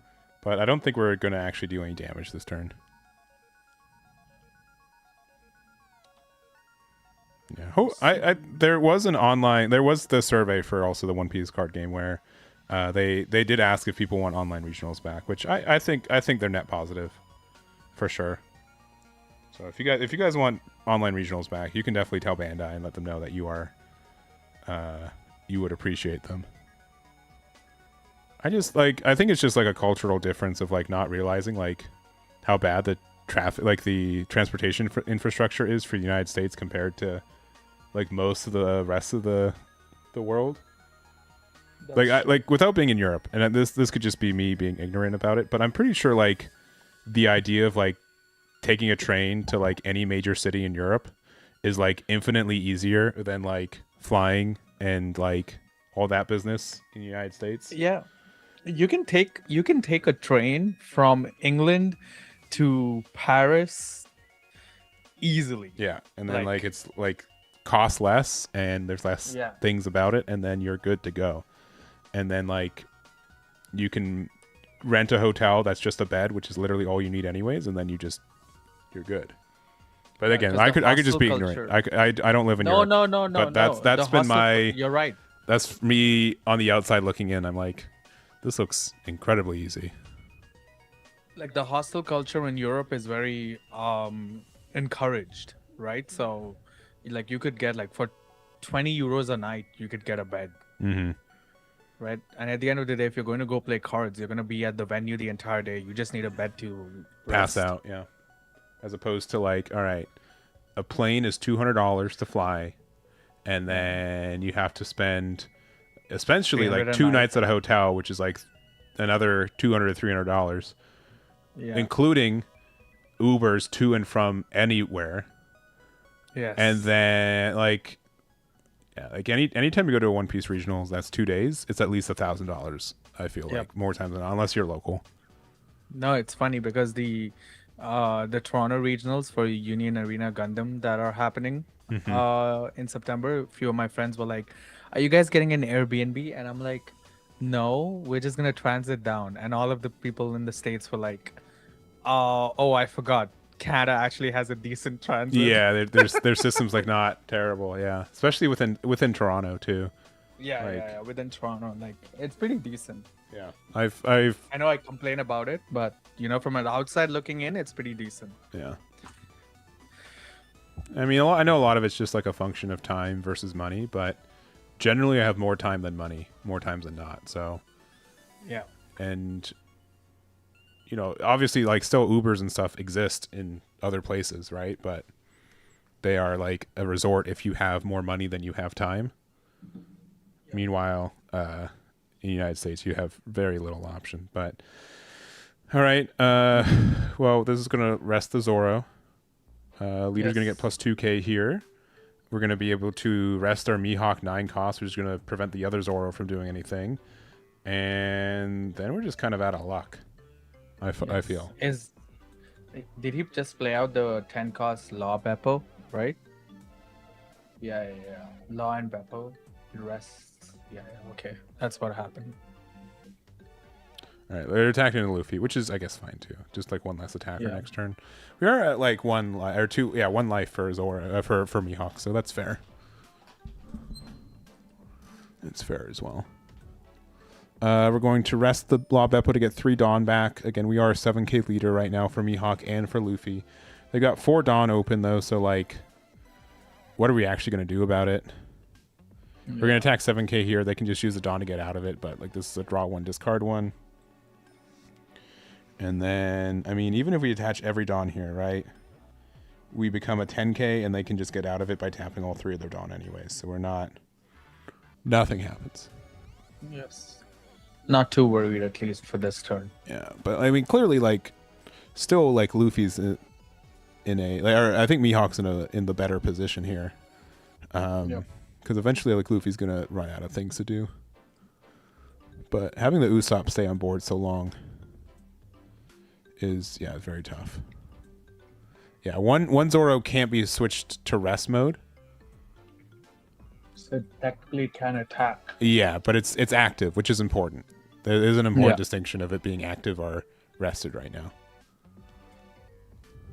So this might just be a technical question. So if a character cannot be rested, can it also not block? Correct. Okay. Yeah, you just cannot be rested by effects or otherwise.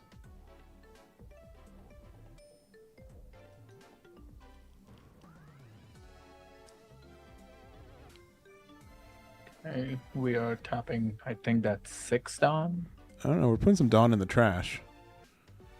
I'm not sure what's going on sir, there. you might need that. You might need the Dawn back, sir. Yeah. So it gives minus 1k to something for every straw hat you have on the field. So including itself, you have 7. So you give something minus 7k. And if you have 3 or more attached on, you do give it rush. So if you want to get rid of their Mihawk, you can do that right now by essentially giving it minus 7k and then attacking with it into it with something. We do need to... Yeah.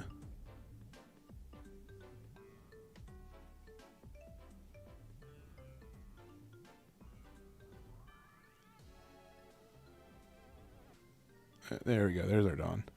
We found it. There you go. Yeah. We got 3 left. We do need that. All right. I'm going to assume we put it on the Mihawk. We're going to use the 1000 Sunny to attach 1 Dawn here. So we could attach 2 more Dawn somewhere, and then we'd be able to attack with our Monkey D. Luffy, which would be cool. Yeah, and I think they're just confirming which Mihawk they gave the minus to. I'm going to guess it's the big boy. Yeah. Yeah, the 10 cost. Oh, 9 cost, sorry. Yeah. And here, just real quick.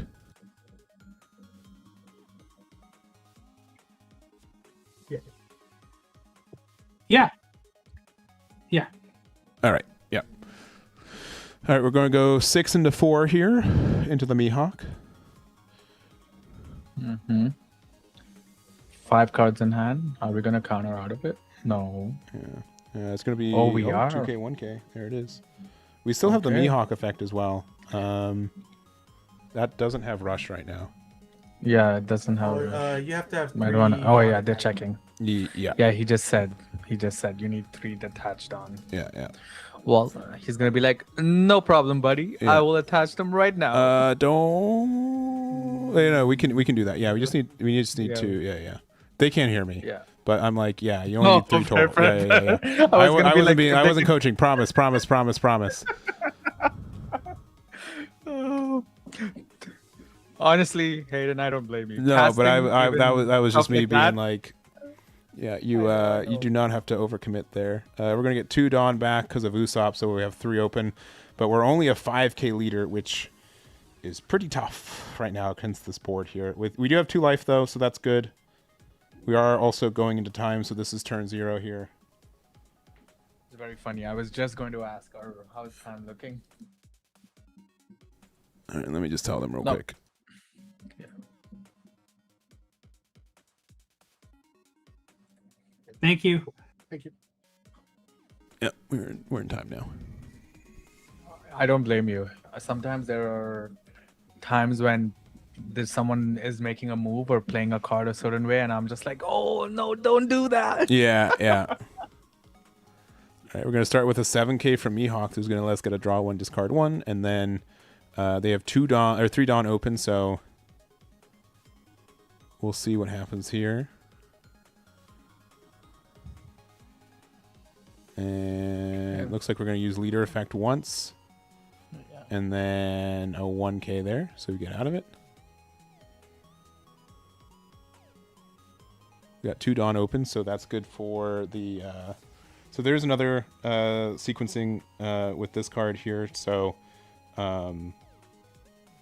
there's a card for Red Green Luffy that lets you get 3 Dawn back after playing 2, but you can only play it after the timing for using the on your opponent's attack. So you do have to sequence it correctly to be able to get that back. But we're going to use the effect of La Beppo once again. We're going to stun what looks like one of the Zoros. We're a 7K leader. We're going to attack 7K into, I guess, their leader. They're going to use both effect. Actually, they're going to use the Charlestone there. So get the plus 4,000 to get out of the attack. Discard 1 card, which is going to be the Sanji, to get 3 Dawn back. And then we do need... No, that's enough. I think that should be good, right? Yeah, we'll go... Looks like 6K in the leader. Oh, they're gonna take it. Thinking about it. I mean, if this is the final attack. Well, we've got a turn after this for our Mihawk player. Oh, potentially, true. 6K to lead. Gonna go down to 0. No, or sorry, to 1. Sorry. 1. Yeah. And then we got 3 left open for Mihawk. We still have our Law Beppo that can attack this turn. Unless we attacked with it already. No. Didn't we? Because we just played. We had one last turn, and then we played one this turn. So we could have. Yeah, we I could have think- attacked with it. I think. Oh, true. You're right. Yeah. I wonder why we didn't. Because especially like in time procedures, we want to hit them down to 0 life. Yeah. And that's an 11K swing, right? So, Yeah. So it would have been tough to get out of.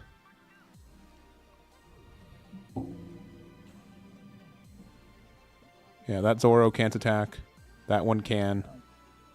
And we're a 7K leader as Luffy.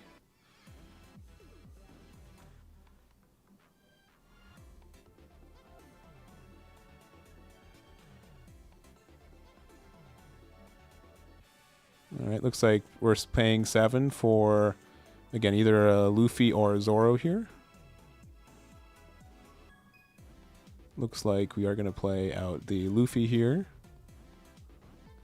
Going to give minus, again, 7K to...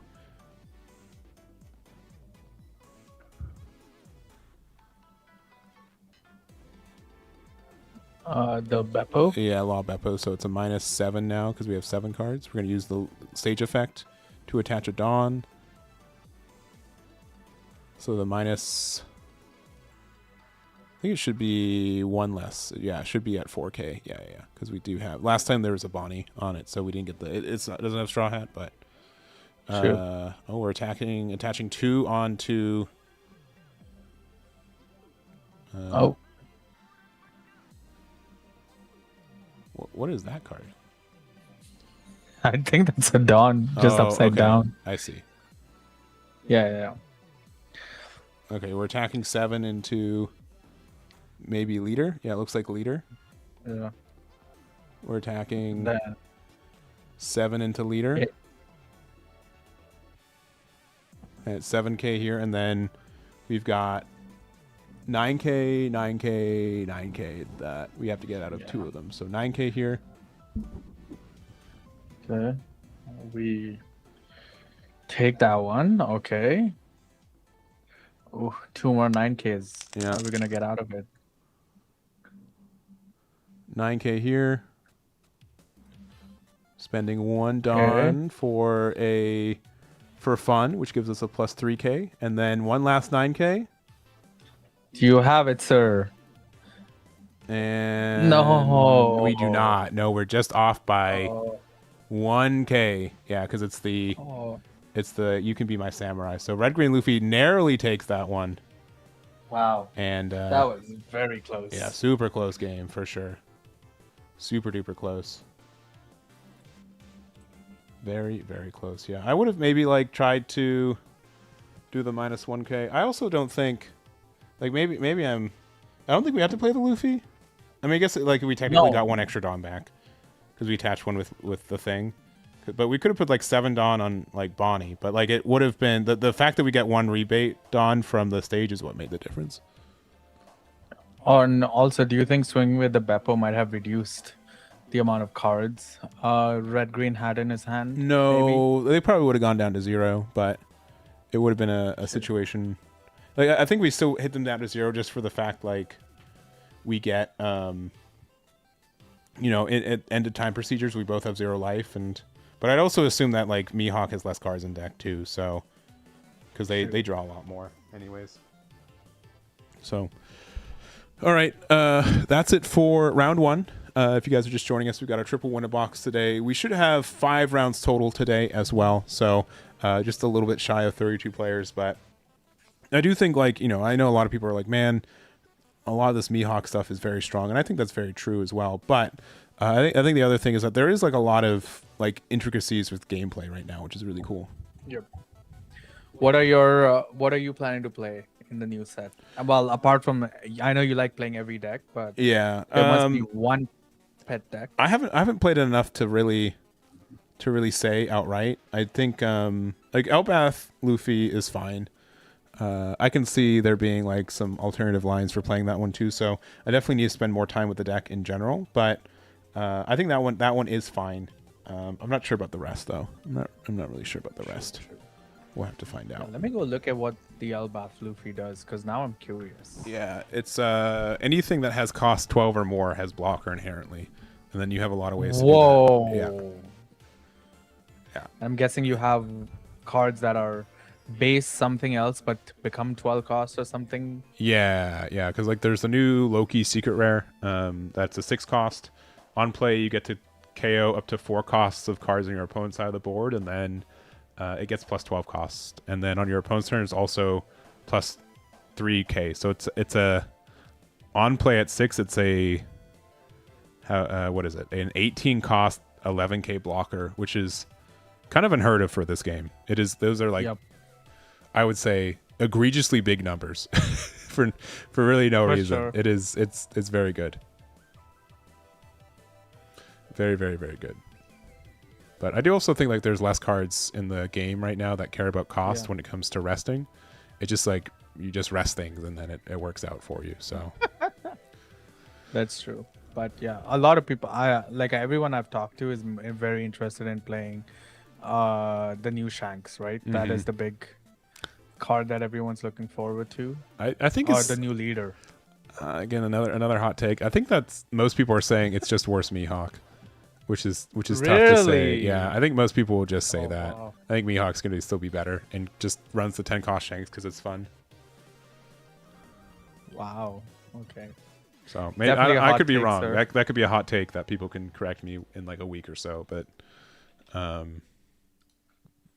Fair enough. definitely. I think a lot of people are just playing me Hawk.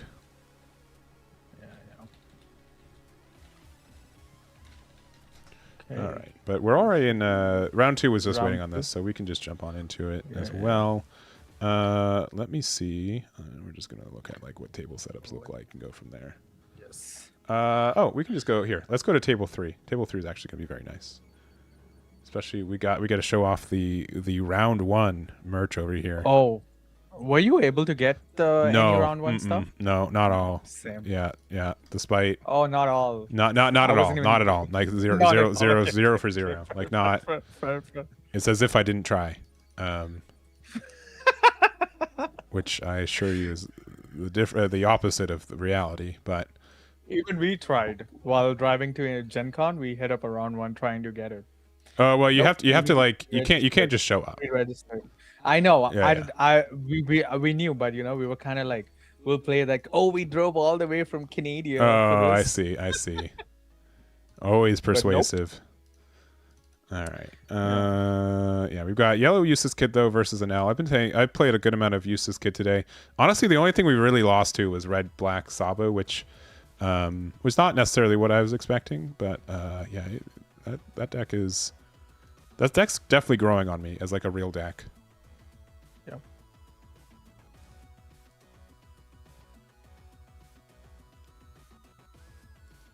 All right, we got the round 1 merch for round 2 though. Seems fitting.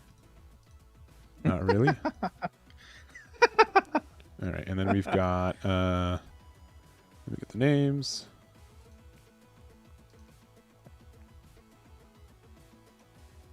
We've got we've got Lily on the left. And then on the right we have our Nell player, Johan. What's this called? The Manel. Just like, I don't think that's correct. All right.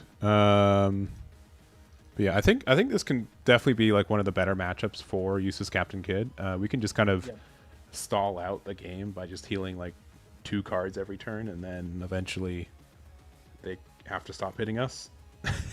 Oh, But- I haven't seen that in NL Altart. Yes, yeah, that's just the standard alt-art leader. That's pretty nice.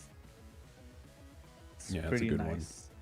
And then the Useless Captain Kid, yeah, that's just the star deck Sure. for it. So, but, Ooh, starting off with Pudding for a searcher. yeah. And we do get I believe, Gum Gum Lightning from there. A card that doesn't see as much play in the deck, but I have been seeing a little bit more. Just Dawn -2 to be able to get rid of a 6k or less. We're going to start with a 5k from Anel. We're going to attack into leader, go down to 4. And then for 4, we're going to play Trafalgar Law, which pretty nasty. Dawn -2, or Dawn -1. Oof. And then we get to discard. Is it Dawn minus? It must be Dawn -1. For some reason, I thought it was Dawn -1. Trying to see. For some reason, I thought it was Dawn -2. Yeah, it's Dawn -1. All right, we got rid of The law, right? Yeah, Dawn -1. Yeah, we're gonna play Basil for 4, and then it looks like we're not going to use our leader ability here. Leader ability would be able to give it blocker by flipping a card face up in our life. Just gonna start with a big 7 though. We're gonna take it, go down to 3, but we're gonna play the Scratch Mana Pooh, which is gonna make us a 7k base leader and get us a card draw. All right, going to play another 1-drop Pudding, be able to find a Mama Ragon, which can rest a 5k or less, which we're going to use on the Basil Hawkins, even though it doesn't have blocker right now. But we can use, I'm guessing, Lightning Dragon here.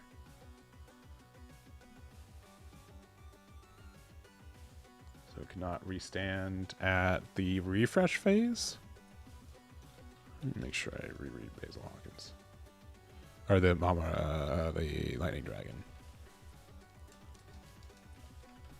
Lightning Dragon says opponent's next refresh phase. So you can use, yeah, you could use the effect of leader to restand it, but it looks like they just attacked into it to get rid of it anyways. We're playing the Frankie here. discarding the lightning, Gum Gum Lightning to be able to discard 1, draw 2, and then we're passing with 4. Dawn and 2 back in the side there. We've got, I believe, 6 Dawn here for Kid. We're attacking big 7 into, I'm going to guess, maybe Law. Mama Ragon for 1, and then 2. So not into Law, into Anel, which would have loved to see. We're going to play the Killer here for 4. We're going to use the effect. We're going to flip the card face up. We have blocker for the uses, or for the Killer here. And we do now know we have a Perona, so if we have a Thriller Bark that's 4 or less in our trash, when it gets triggered, we can play it out of our trash for free. How much Anel gameplay have you seen, Div? A lot. Yeah. A lot. A lot. Surprisingly a lot. Discord said round 5. It's round 2, yeah. I'm sure. I think Risu was listening into it and probably heard 2 of 5 is what he meant. All right, we're going to get a block, and we're going to use the copy of Hogback. Going to use the Lightning Dragon, so we are now stunned. Though, again, we can use our leader ability at the end of turn to restand it as well, so that's pretty strong in this matchup in particular. Assuming that we also have a card in our life at the top to flip, which we likely will. We're going to go 5k here, which is tempting. We're going to use a 2k to get out of it. And then we're going to overplay the pudding with the Ohm, it looks like. Dawn -1 to draw 1, and then we're going to use the effect of Anel. It looks like we're, okay, attacking 5 first. Yes. 2k there, attacking 5k with Frankie. Going to use the Perona effect. And we're going to play out a Hogback rested. We're going to use leader effect. Attach 4 Dawn. And then a 5th one to... you just played that this turn. Oh, yeah, he can. Yeah. Oh, I think that, yeah, they're just discussing that. Yeah, real quick.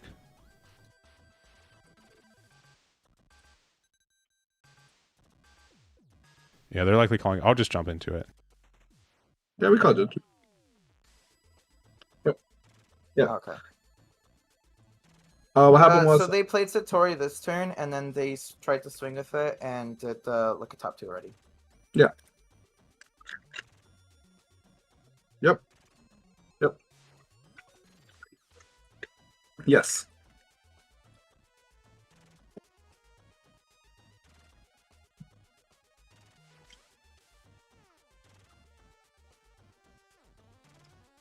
Okay.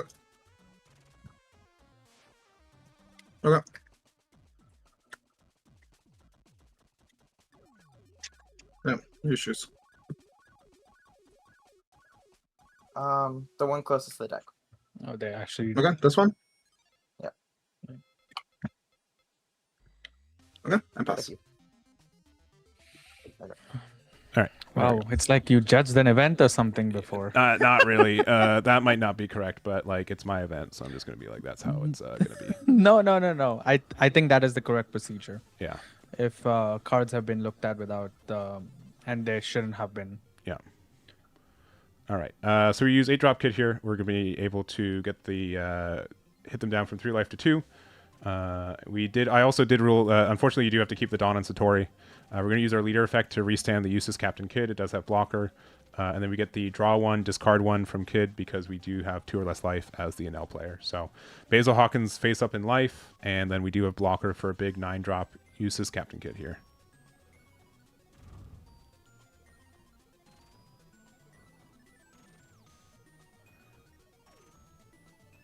So yeah, I do think Johan is playing like a little fast, and then I understand like why you feel you need to, because sometimes like Usis Captain Kid games go a little long. Yep. For it, but yeah, we still have 26 minutes left. We haven't even like we could have, like I understand it, but like sometimes you do have to just breathe for a second. I know. Seems like a Union Arena game, with how fast they're playing. Yeah, a little bit. So we're attacking 5 here. We do get to look at the top 2. And change the order if we want to. We are going to use the trigger effect because they attack into their draw 2, discard 1, discarding an 8-drop Eustace or a 8-drop Teach.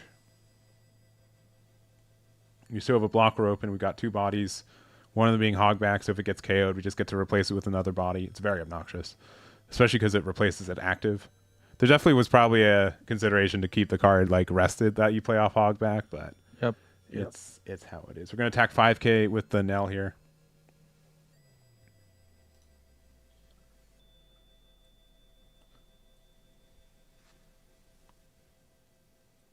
We're taking it. Wow.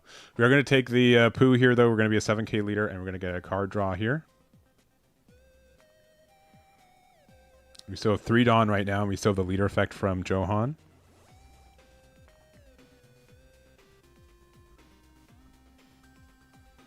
And asking for cards in trash that you could be playing out, and the 2 unique ones are Perona and Basil Hawkins. I guess you could also play Scratch Mana Poo, but I doubt that would be the case of what we'd want to do.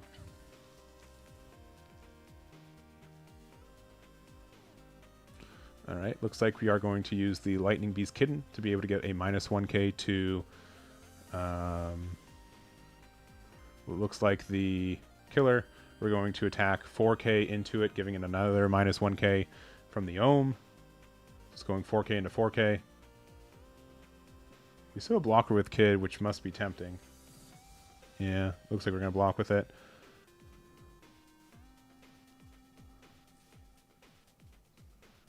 We still have leader effect if we want to. Currently killer's down to a 4k. The only we can still attack with Pudding and the Frankie.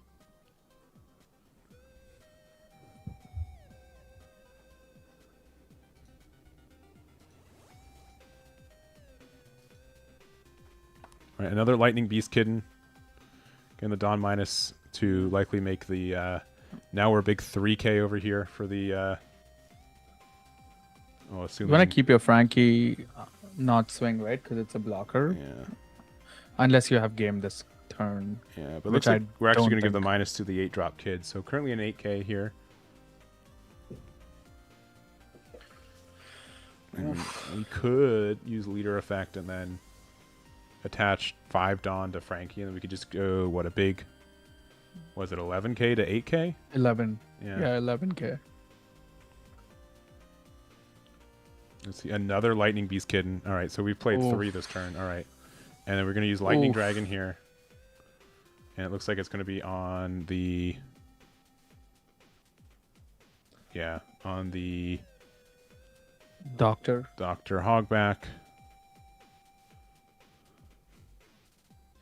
Okay. And then probably a Gamma Knife here. Yes. Yeah, Gamma Knife. Oof. Yeah, and that's going to be on the Eustace Captain Kid. And then the Pudding here is like... It's like, what, 7k, or sorry, 6k to, you get a -2k, so it's at like 2k right now. It's very small. Like this Pudding should be able to get rid of it. Oh, we're actually attacking Frankie into it first. Oh. Yeah, that's still, very, very tiny card. And then we attack 7k with Pudding, and then, into the killer too. Okay, so board is almost cleared. Hogback is rested. Because we can't swing. Yeah, because we're a 7k base leader. Yeah, because we did have the Poo. You're right. Pure NL gameplay. Yeah. All right.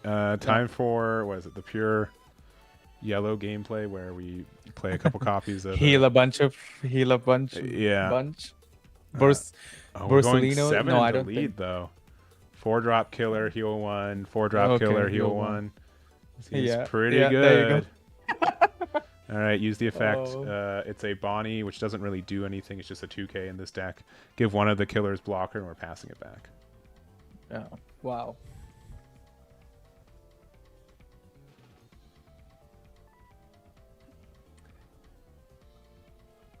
All right, we're back to it.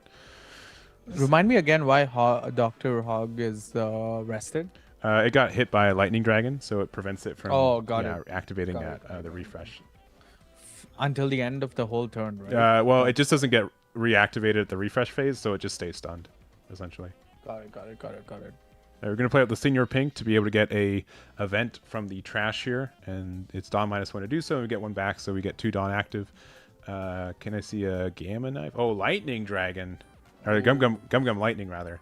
So we're going to use the effect for 2, losing 2 Dawn, get rid of the killer that has blocker. Yeah, Yeah. and then we just swing now, right? Yeah, so this is going to be 5 to leader here. Here's a 2k. Okay. Use the effect of turning a card sideways to get a 5k back. We know Lightning Dragon's in there. Yeah, we're going to use that to prevent the Hog back from being able to attack next turn once again. Yeah, whenever something gets Lightning Dragon, there's like a pretty big chance it just stays Lightning Dragon for the rest of the game. But we're going to go 1 more 5 here. We do have a 2k that we know that was added to hand. And then this is going to be 6 here. 7 because we added the 5th Dawn 7. there. Oh, yeah. Look in the top 2 Dawn. I don't know if we rearranged it or not. Looking at life is going to be a Kumasi, and then we are going to use that to play out a Perona, which will prevent, I guess, the Ohm from attacking. Like, not that would likely be the case of doing anything, and then it could prevent a, they could have like another Lightning Dragon to prevent Perona from attacking, but unironically, we could just go for game right now as Eustace Kid. We've got 1 life. There are 7 cards in hand, so Anel does have a lot of 2Ks to protect itself, which is kind of intimidating. We might have to try to survive for 1 more turn, if I'm being honest. I mean, we have 3 cards in hand, 4 cards in hand, right? So yeah, but if like one of them's like a Borsalino or like an 8-drop Kid, that'd be good, and then we can also like pressure probably one of their blockers if we need to, because Anel's actually like really bad at defending its board. Because if you attack 7k into one of their bodies, like that's almost always like 3 cards. I mean, most of the time they don't have Dawn up, right? Yeah. So it's gonna be hard. Oh, he's just counting the event cards. Yeah, asking. Damn. Yeah. So 1, 2, 3. 4 Okay, so Mama that's Ragon, all 4. Dawn, and then we got two Lightning Dragons. 2 Gum. Sorry, 3 Lightning Dragons. 3 Lightning. And then Elthor and 4 copies of, I think it was Keaton as well. Because I don't see any of those. So, all right, yeah. Okay. Start with 7. Give me 2 cards.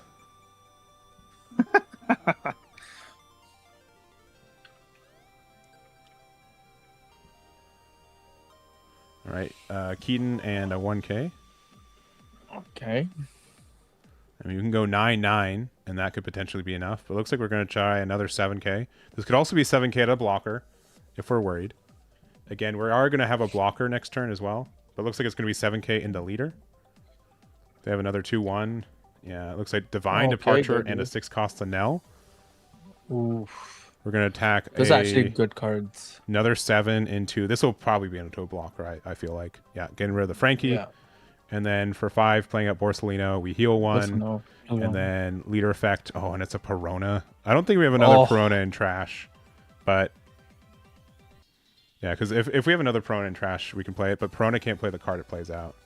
So unfortunately, yeah, I think it's like literally just Kumasi in there that we could play out right now. But if we have like another Perona in hand, because the Perona like triggers to play out one of the cards. Yes, but it can't be itself. Right? It can't be itself. So, okay. But if you play out Perona, you can stop any of these cards from attacking. True. All right, you're going to start with a big 6. Again, we got 2 blockers right now. They're out of Mama Ragons, which is actually pretty good to know. Just taking the Perona at hand.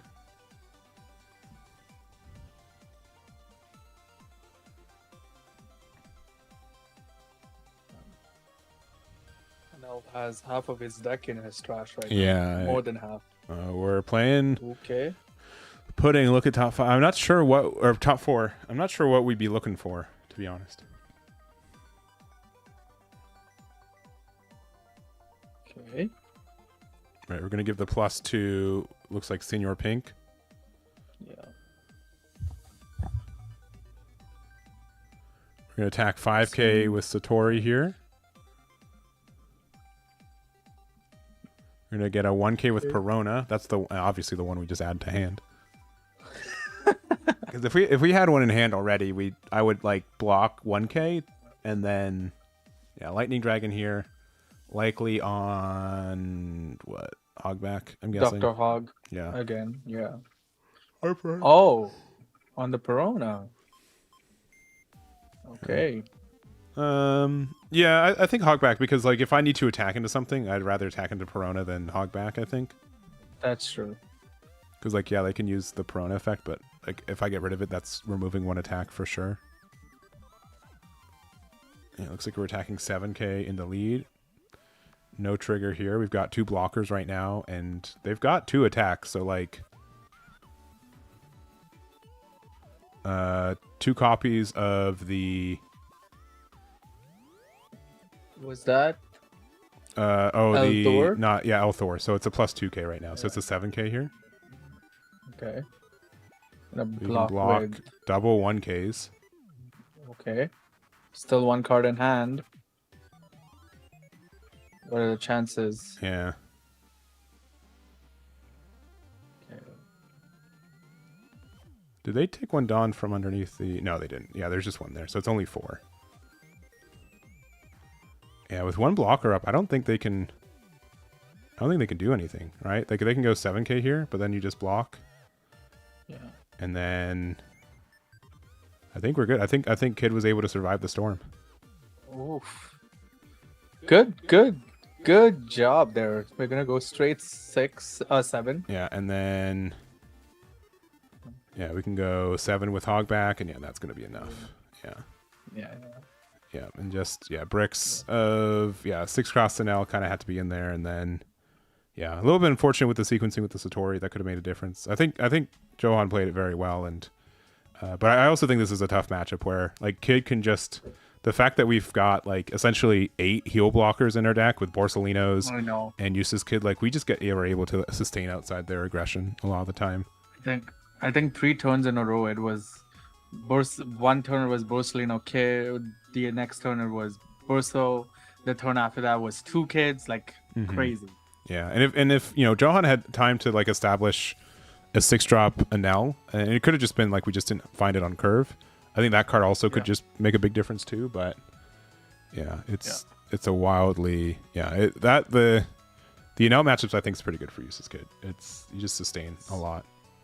So well, let me keep going around. I'd rather not see a Mihawk mirror match. I'll be honest, not until we have to. Oh, we've got another Shanks player. Wow, I didn't know we had 2. And they won round 1. They must have. This is Teach versus Croc. Oh, and we've got. Let's go to 8. We've got not only another round 1 playmat, but we've got Purple Katakuri versus the BY Teach. Yeah. Yeah. Let me get these updated. So on the left, it is the Purple Katakuri from OP11.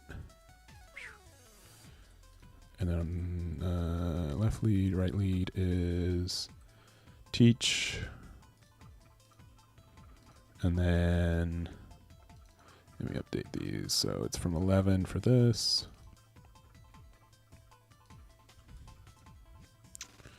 Oh, the internet on the right has decided to leave us momentarily. It seems it's back. It's here-ish. But yeah, Teach I've had a lot of experience playing against. Yeah. Nell did not win. Nell was it got blocked by a 6k. Yeah. And then big numbers.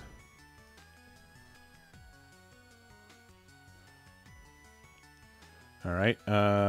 Looks like it's it's my era. So we look at the top 3 for a Blackbeard card, which looks like it was a copy of. I can't. Yeah, their internet. I don't know what happened to it, but it is not present.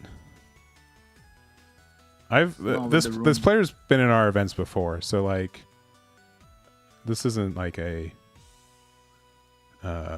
This isn't someone who just jumped into it. I've done webcam events before, but yeah, it looks like it's coming and going, unfortunately. All right, so we're playing 10-drop Big Mom, one of the new cards from New Star decks here, and then with Dawn -4, and then we get to choose something to give it the minus. There, okay, internet's back. There you go. Yeah, and I assume that we would hit into the card that is rested. So I think which is a Shiryu, so we do get rid of it. And then yeah, sorry, we do get the 2 Dawn from using the Dawn minus there, and then we get the Dawn there, and then end of turn, and we get 1 more Dawn, so we can be a 6k if we need to. So, all right. Yeah, I think their internet was just temporarily non-present. They are at 10 Dawn now, right? Okay, so they have 1 teach up front. Yeah, one second though, real quick. Yeah.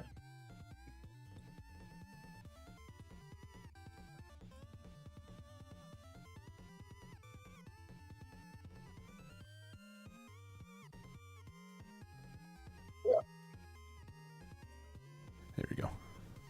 Just want to make sure the deck was in frame. No. Fair enough. All right, we're playing the Zaha ha ha ha ha ha, which we play for 8. We add 1 card from our life to the top of our hand, and it looks like we're playing out 10 drop teach here, so we can use that to prevent something from doing something, which is likely the 8 drop Katakuri, and then we also prevent the we negate the effects of the leader too. So, actually, we're going to use it on the the 10 drop Big Mom, which is I think is also fine. There is something unique with this leader too, where Katakuri is supposed to look at the top card of the deck, and only you as the player is supposed to look at it. Mm-hmm. But you can't really do that on webcam. So Yeah. all right, we're attacking 10k, and Oof. actually it might be 11k. I think we might have only attached 1 Dawn, but yeah, taken both. Wow. Yeah. We could have 8-drop Katakuri to block 1 of them, but maybe you were just thinking that we can go for game. I think we've got 2 life for our teach player as well. Yeah, the dice does look like it says 2 there, so hopefully.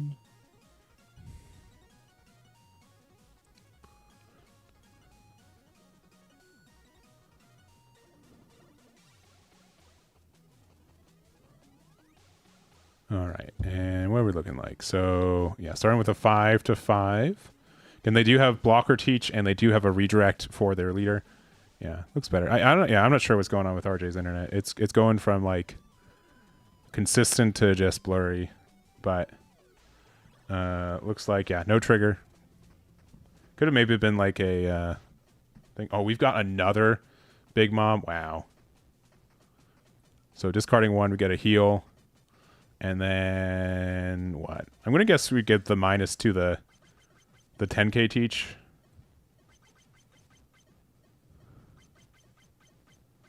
Yeah, and then and the Mama Ragon too. Oh wow, wow. Now let me read. One's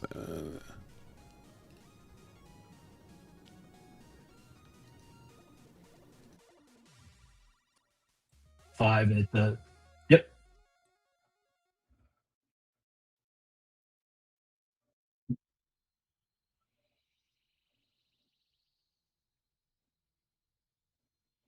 Oh, okay. Yeah. Okay. So do I just send those back?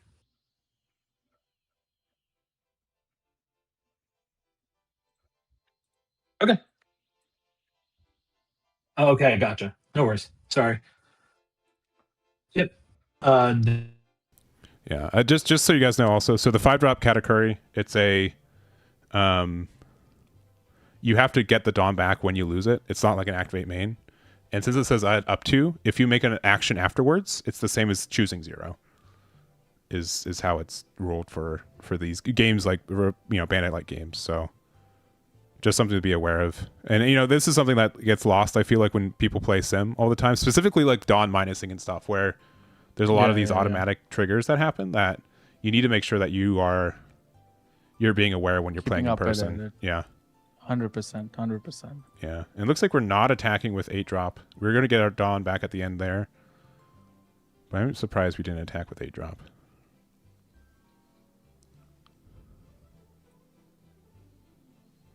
All right, we've got 1 blocker. We've got 0 life. We've got 2 life on the other side for Katakuri, so it is looking good for a Katakuri player. We got 12 drop, two 12 drop big moms, which both can attack this next turn.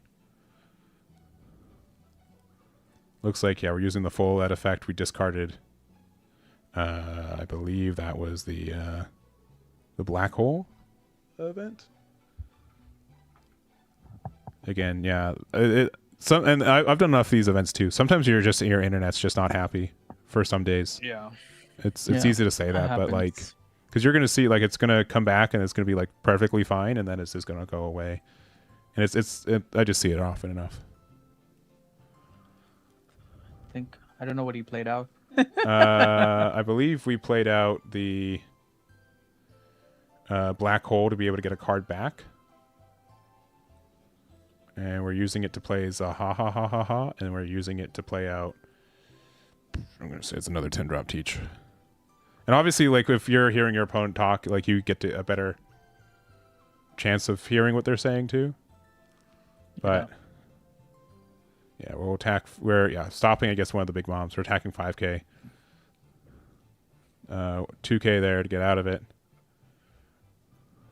And then, yeah, with 0 life, yeah, they're attacking 12k with it, sure. But, like, with 1 blocker and 1 redirect with this board, I think Katakuri's just got it.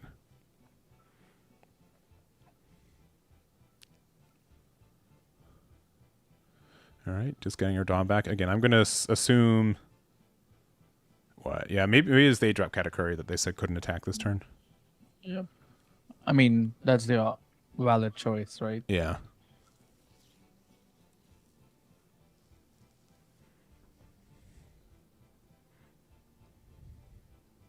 All right, yeah, big 12. And you just block, you lose it, yeah. Another big 12.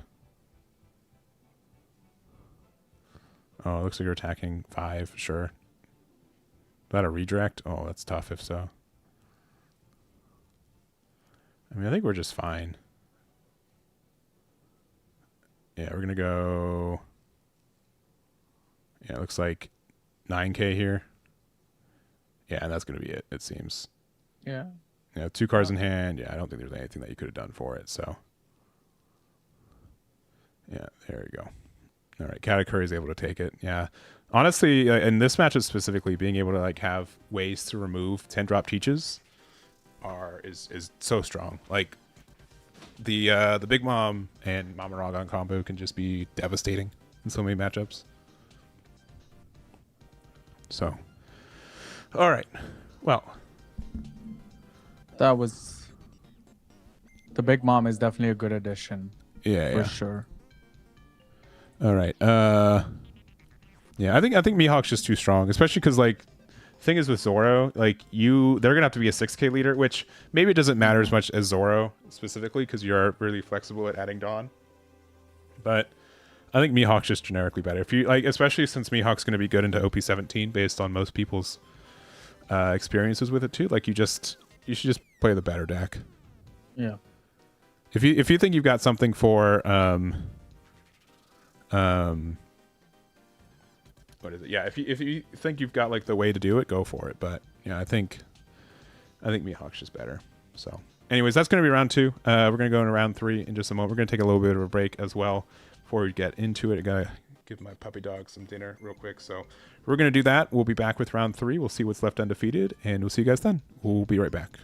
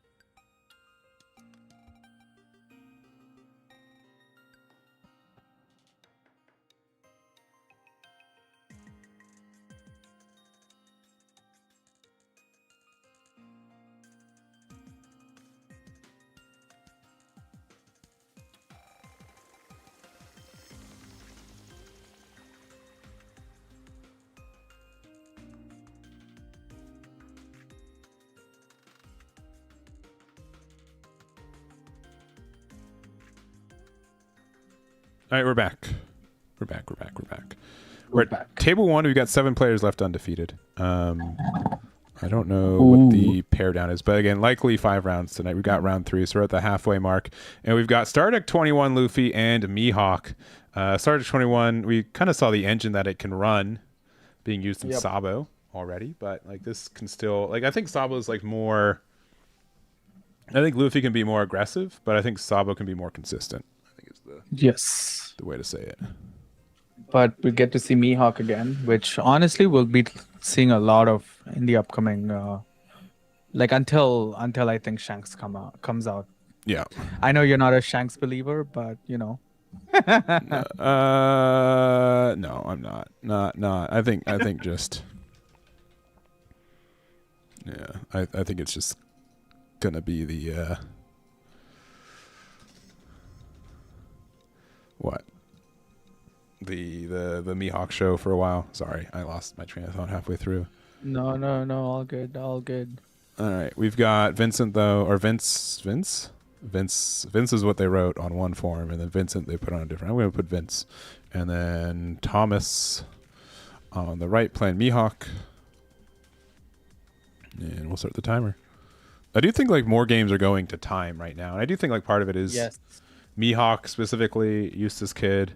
Like Nami used to be like the go to time deck, but I think Eustace Kid actually goes to time a little bit more than Nami, because it's even more defensive. All right, we're going to pay 1 for a Perona, look top 5 for a green / character or event.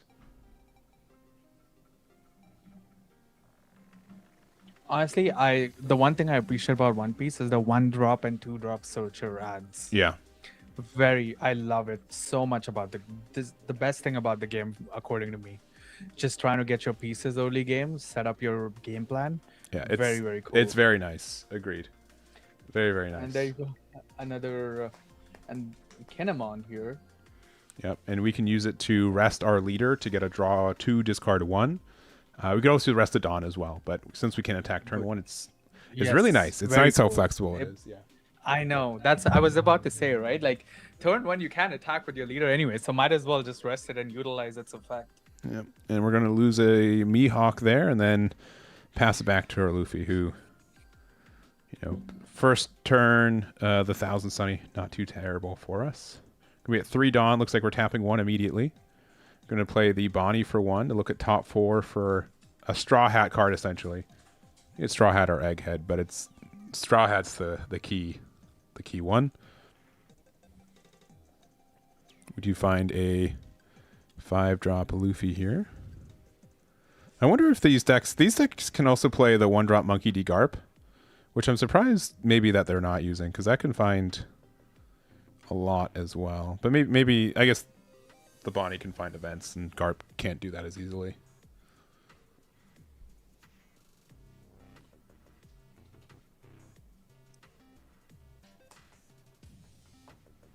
All right, looks like we're going to use that to find a 4-drop Luffy off the searcher there. Which again means that we've got, the combo's a little bit different in this deck because we can't play the Pirate Docking 6. But we are... 4-drop Luffy is a good find. So we're going to use our Luffy Dawn from 1,000 Sunny onto leader. We're just going to go 7k into lead here. And it's probably going to hit us down from 5 to 4. All right, there's the 4 there. And passing it back. So also, if you guys don't know how the Stardeck 21 Luffy works, is that if it has a Dawn attached, you can then give 2 unattached Dawn or 2 rested Dawn to something. So, with the 1,000 Sunny, essentially you're using 1 Dawn to attach 3 when fully realized, which is super good.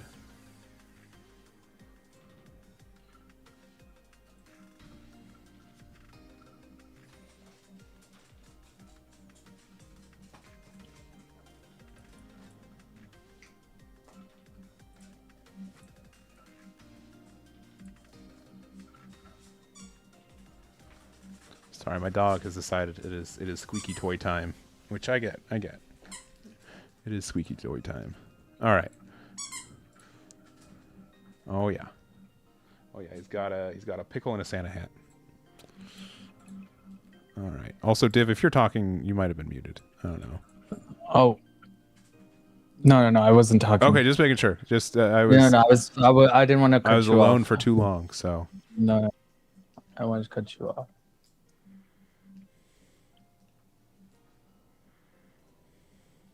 Yeah, there is a coffin boat in the back.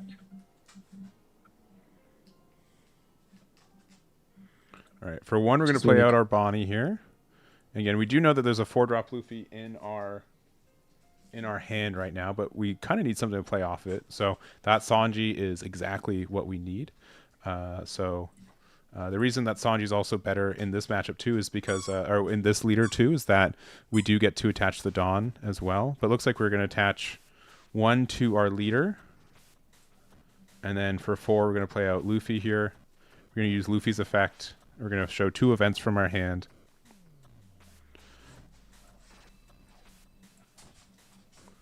And there they are. And so we are going to play something with 3k power less, which is going to be the Sanji. Sanji, we get to draw a card. Also, we got to finish this. Yes. Is that how that works? Let me make sure. The Sanji is... No, just making sure the Luffy... Does it play the card and then attach the Dawn? Yes. Yeah, okay. Just making sure. Yeah. Just making sure. Yeah. Ooh, And another then 4-cost another 4-cost Luffy, yeah. And then this can play another Sanji. Oh. And then you can attach the Dawn to the Sanji. I see what's going on. Okay. And then we can play our Sanji's effect to draw 1. And then if we've got another anything, this is where it gets super insane, which is the 5-cost Luffy. Wow. Which we've kind of we've run out of Dawn, I think, to attach. Am I right? We've got 1, 2, 3, Yes. 4. We should have a 5th Dawn somewhere. Maybe they're 2 stacked there because we do. If Sanji has 2 Dawn underneath it, we do get to get rushed. So we're going to attack 5k with it.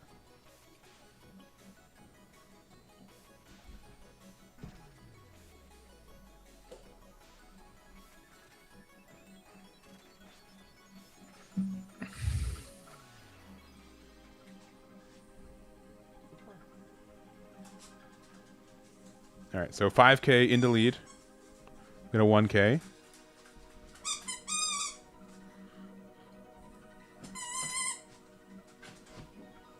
Attaching 2. Yeah, which means that we get to be we get rushed with this one now. Sorry, my dog is going crazy with the squeaky toy. All good.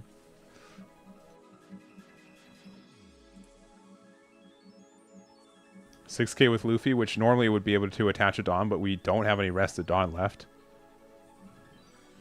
And then 6k with Leader. I think take that one. His dice says 4, but I think he's at 3 life. But Yeah, I think they're down to 3. yeah. And yeah, actually attacking to the Kinemon, which is I'm a little surprised about, but you know, what we do, I think, like, it does prevent them from attacking to a Sanji. But yeah, down to 3 life already. And yeah, like that's like I mean, we can also do the same combo with Sabo as well. Nothing's stopping us from doing like the double Luffy, double Sanji. But yeah, ending on the 5-cost Luffy, Pirate Docking 6 is way more important, I think.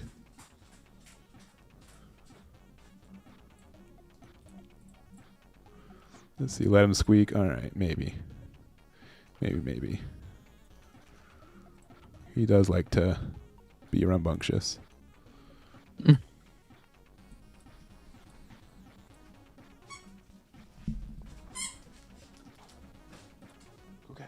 Okay. I don't know if he wants to fetch. I play tug of war with him, and then he just drops it, and then I toss it, and then like he just looks at me like, "What have I done?" Where's your toy? Okay, well, I guess he's done with that.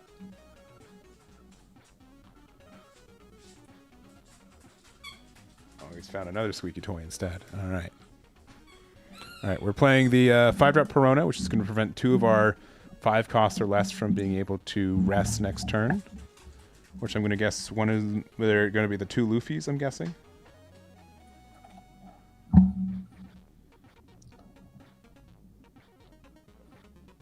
All right. Definitely, Dawn's board looks very threatening here. Yeah. Yeah, for Vince, yeah, our Stardic Twin player. Yeah, I mean, like they saw the exact combo they wanted to see. So Yep. Are we going straight Mihawk? No, we're going 7. yeah, looks like 7 into life. Okay. And then we're gonna attack 3K with Perona into, I'm guessing, one of the Sanjis, Yeah. which Yeah, we're gonna most actually let likely. go. Okay. We're gonna get 1 Dawn back from the coffin boat, and we're passing back there. And again, I'm guessing, yeah, with the Perona, it's probably the Luffy and maybe one of the 4 costs that can't turn sideways.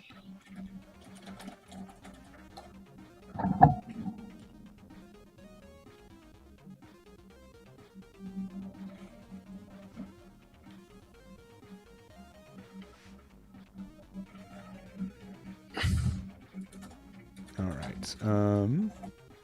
7 Dawn right now, so we could use the 7 cost Luffy for this one. I'm surprised we didn't like turn the Mihawk sideways for draw 1 trash 1, but it might just be to respect the potential of 7 cost Luffy as well, because that could have just been like some free removal. Looks like we're gonna play the Nami for 1 here. And top 5 for a Straw Hat Crew card. Looks like we're going to get a 1,000 Sunny. Essentially another free search. Yeah. We're gonna use 1,000 Sunny to attach it to our lead there. Still have 6 Dawn. Now, there is like a weird thing with this deck where like you need to have, rested Dawn to be able to start doing effects. And so like if we have too much going on, but we are going to play the Gum Gum Mole pistol here. So this is going to give minus 5k to something, and then we do get to get rid of something that's 2k or less. So we do get rid of the Mihawk anyways here.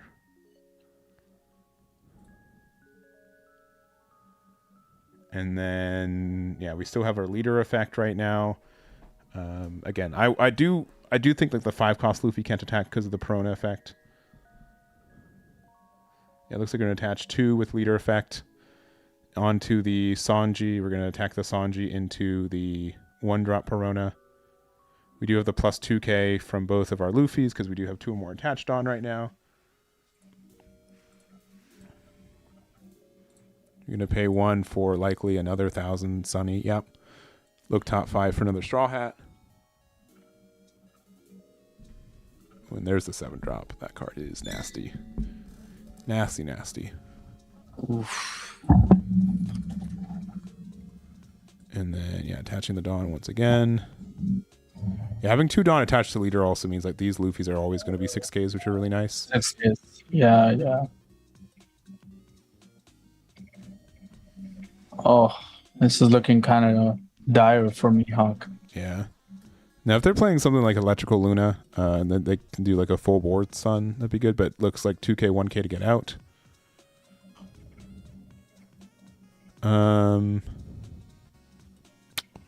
I feel like one of these Luffys can attack, because Perona only stops 2 things. Yeah. So maybe I missed something, but I thought that only 2 things should be stunned. Maybe he's keeping it up for game end next turn. Maybe, I don't know. I'm curious, but I mean, you would attack with it, right? Because you have. Yeah, we have this weird issue where like we have too many cards on board where we're likely going to have to play over something anyways. But yeah, I don't know. I think I would have attacked 7k in the lead to try to hit them down to 2. Or maybe, yeah, they currently have 3 life. Yeah, there's 1 life in the middle that's kind of hidden there.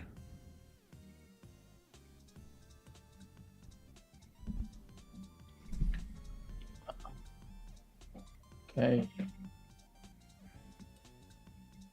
All right, out the We're gonna Perona find- finding the Odin.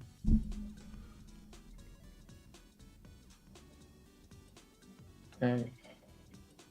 You have 1, 2, 3, 4, 5, 7 Dawn. So we're gonna tap 5 to play out the Odin that we just searched. And then Odin can prevent one of the Luffys from attacking. Yeah. Which now I get why you're saying should have attacked. Yeah. Yeah, something with 6 or less can't be rested, so I'm gonna guess it's the 5-cost Luffy once again. Just keep chilling there.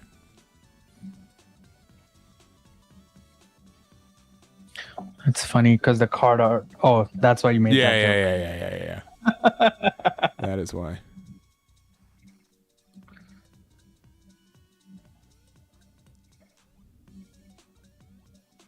Okay, we got 5 Dawn right now.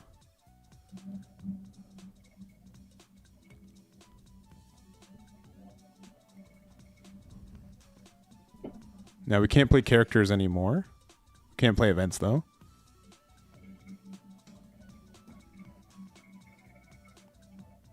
And we do also the 6k Perona that can attack this turn too, so. And yeah, that Perona having like a protection effect is still also very nice. Alright, looks like we're gonna start with a big 8k at leader.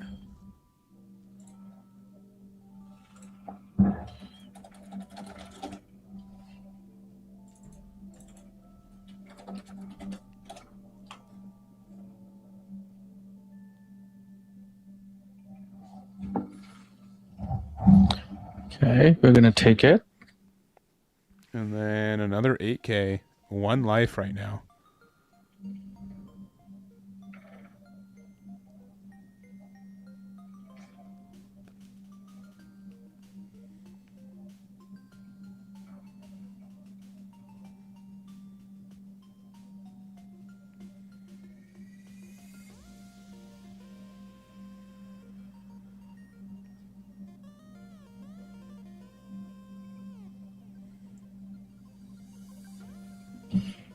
Okay.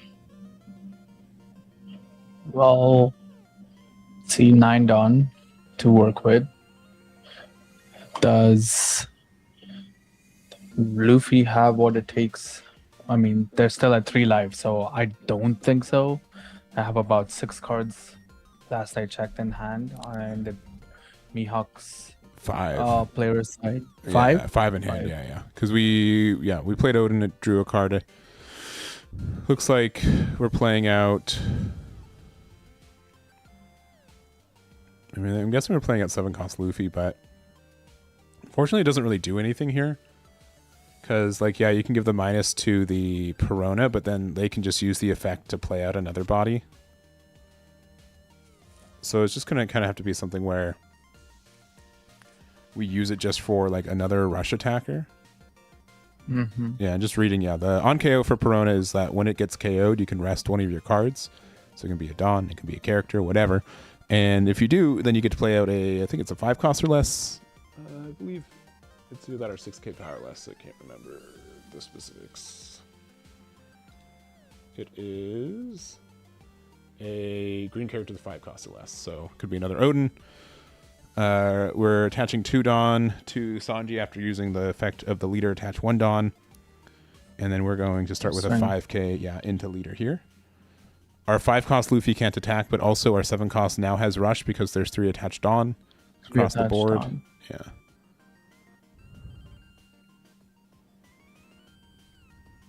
I think that Luffy is such a good card. Mm-hmm. Yeah, but in this matchup, like it's difficult. Like you need to be able to, like keep your things rested. So, or like it's hard. Like it's proactive. It's not proactive, right? It's after they attack with their thing, you get to remove it. So, it's tough. But this is going to be a 6k from the Luffy here, going down to 2. Oof. I mean, we could go for game right now. Another 6k.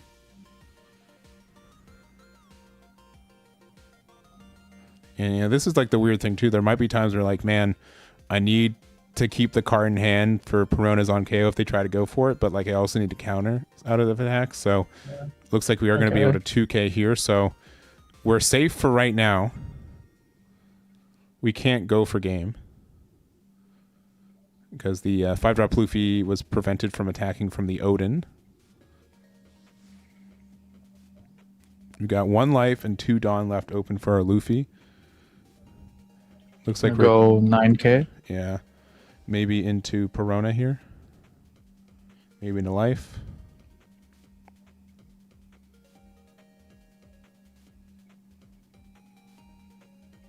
Okay, in the life, going down to 1. Oof. Leader's a 6K right now.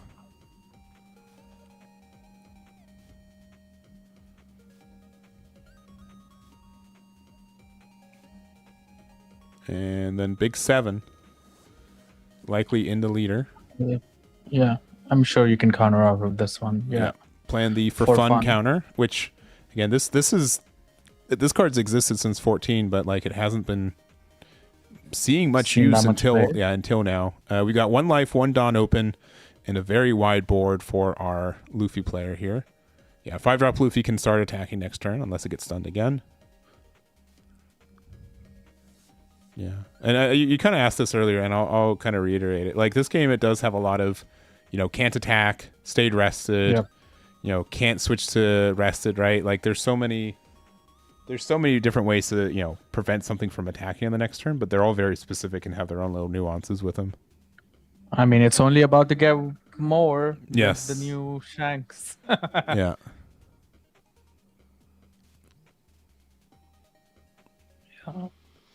Honestly, I tried to get some green decks. No luck. I was able to get 1. Yeah, that's actually like better than average. I would say. Like, I know. it's a very coveted deck right now, and especially since it doesn't look like it's going to leave the format going into OP17, which I think a lot of decks are going to rotate out. But this green Mihawk's not going to be one. Yeah. All right, so currently I have 10 Dawn for Mihawk here. 1 life. I think like 6-ish cards in hand for Star Deck 21 Luffy. 1 Dawn open. If we have Dead Man's Game, I think there's a reason to play it in case they have a counter event for it.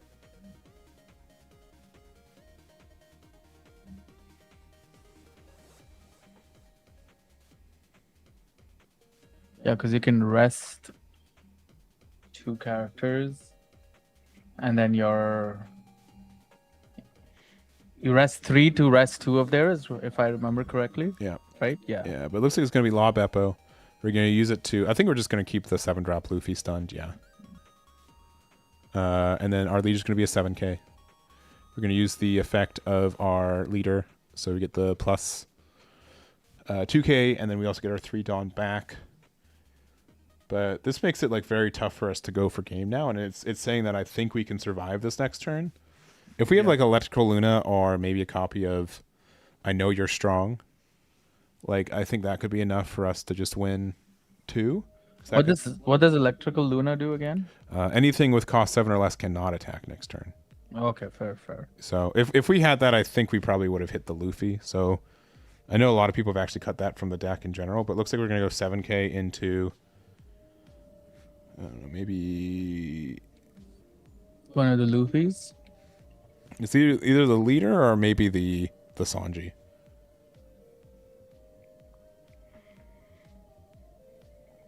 Yeah, I Know You're Strong, I guess, can only hit two cards, but it looks like we're going to go 2k, 1k to get out of it. So I think that was that leader.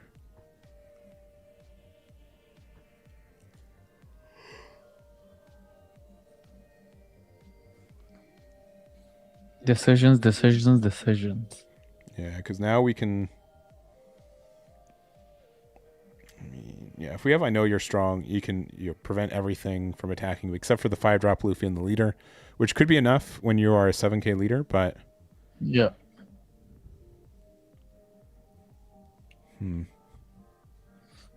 I mean, if I was Luffy, the Mihawk player, I would... If I know for a fact I can go for game this turn, I would try to thin out Luffy's board a little bit, right? Yeah. Yeah, and just making sure, reading the card, yeah. So that Luffy, as long as there's 2 Dawn attached somewhere, it gets the plus 2k. It's on both players' turn, which is a little bit rarer for this game, but these effects have popped up in the past. So Yeah, getting that persistent boost is really nice.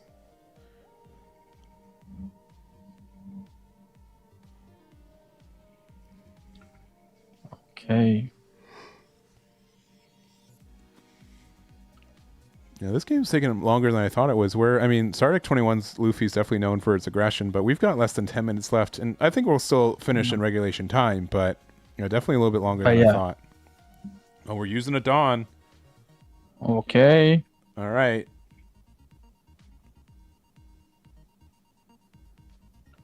Gonna swing here. Yeah, I Nope. think we gotta do it. Yeah, 8 into one of the Luffy's. But knowing I think they've got Kick Course in hand. I don't remember if this might have been another, like a Sabo game, but that card's very present right now.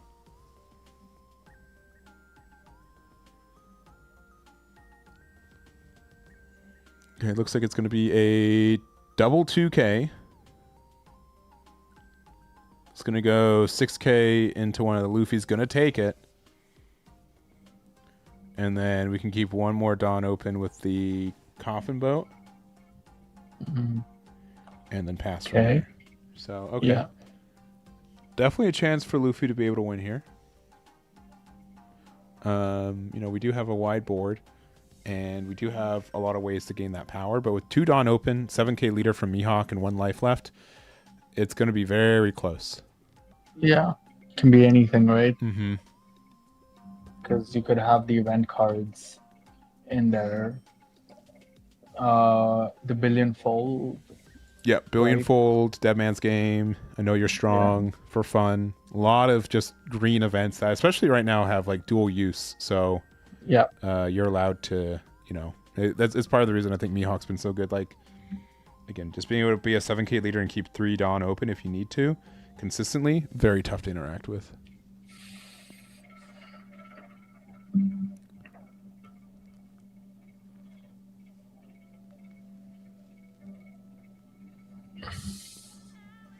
We're mathing. Yeah. As you see the fingertips going, Yeah. you definitely know we're mathing. Yeah, I mean, at this point, like, Sardic 21 Luffy's not, like, known for its sustain, especially compared to something like Sabo, where, that deck's a 6K leader for most of the game, so we gotta have a lot of attacks for free. For this one, like, Luffy's just like, I'm just a 5K, and I'm very fragile when it really comes down to it. Sometimes I take life really early just because I need that card draw, but, like, later, it's just like, man, I wish I had one more life here because I'd feel a little bit more safe, but we'll have to see. Now, if you're feeling it, I mean, you could. I would start bully testing out, right? Well, you could bully the Perona for sure. True. But I would also start like kind of testing out what Mihawk has, right? But sequencing is very critical, right? Because one wrong missequence and you kind of lose the game there. Yeah. The other thing too is that, like, I kind of mentioned it earlier, like, we only get extra Dawn if we spend our Dawn, and so, like, Yes. without having something to play, like, and usually in this deck it means you have to play something with Rush, which we have a lot of cards with Rush, but it looks like we've got for maybe 5. 1, 2, 2. Oh, Okay. So this is the I think is it King Gatling? Gatling? Yeah, King Kong Gatling. So this allows us to get a plus 3K, plus 2K and an additional plus 2K. I think if our opponent has something 8K or more, we have an 11K on the other side, so it happens no matter what. We're using, but that also means that we get to use some Dawn here. So it is 6 plus 5, so 11K to 7K, which is pretty good numbers. We have 4 cards in hand. Oof. Yeah, if your opponent has a character with 7K or more, up to one of your leader or character gains 1,000 during this turn. Is it only 1,000? No. So one of your leader or character gains 3,000. Additionally, if your opponent has 7K or more, up to one of your leader or character gains another 1,000 during this turn. Okay, yeah, because it's Yeah, it's plus 4K So total. that's Okay, for just 4K. making sure. Yeah, So you can. it's 3 and Yeah, 1, yeah, not so 2 and 2, which is what 3 the and- dice are showing. yes. But that's fine. That's fine. Yeah, yeah, yeah. It might just be for purely aesthetic understanding. Mm-hmm.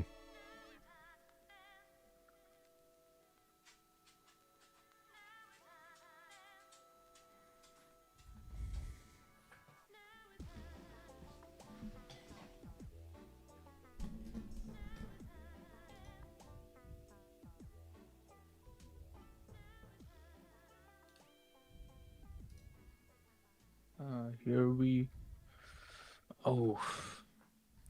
So just for anyone watching, the Luffy is swinging, and Mihawk has a decision to make whether they're gonna counter out of it or take it. I don't know if the Luffy is swinging into lead or into their Odin or Perona. I think there has to be at lead, because especially with a 4K deficit, this is going to be like an event and another card, which might be. Oh, and we're taking it.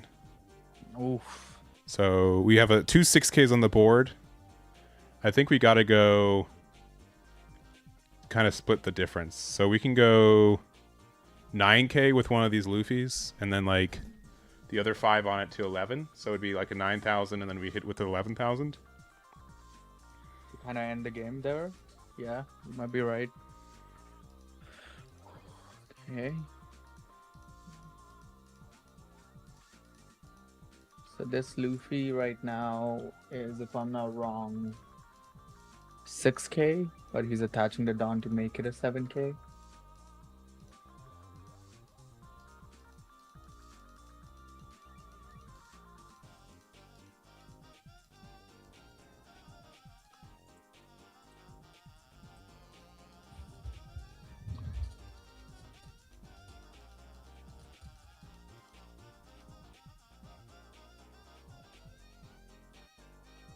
Yeah, it just looks like we're making a 7K.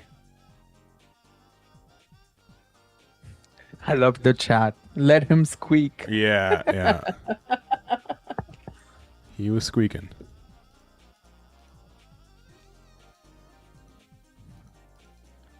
Okay. 2 minutes left in the round, but we are gonna swing 7 here.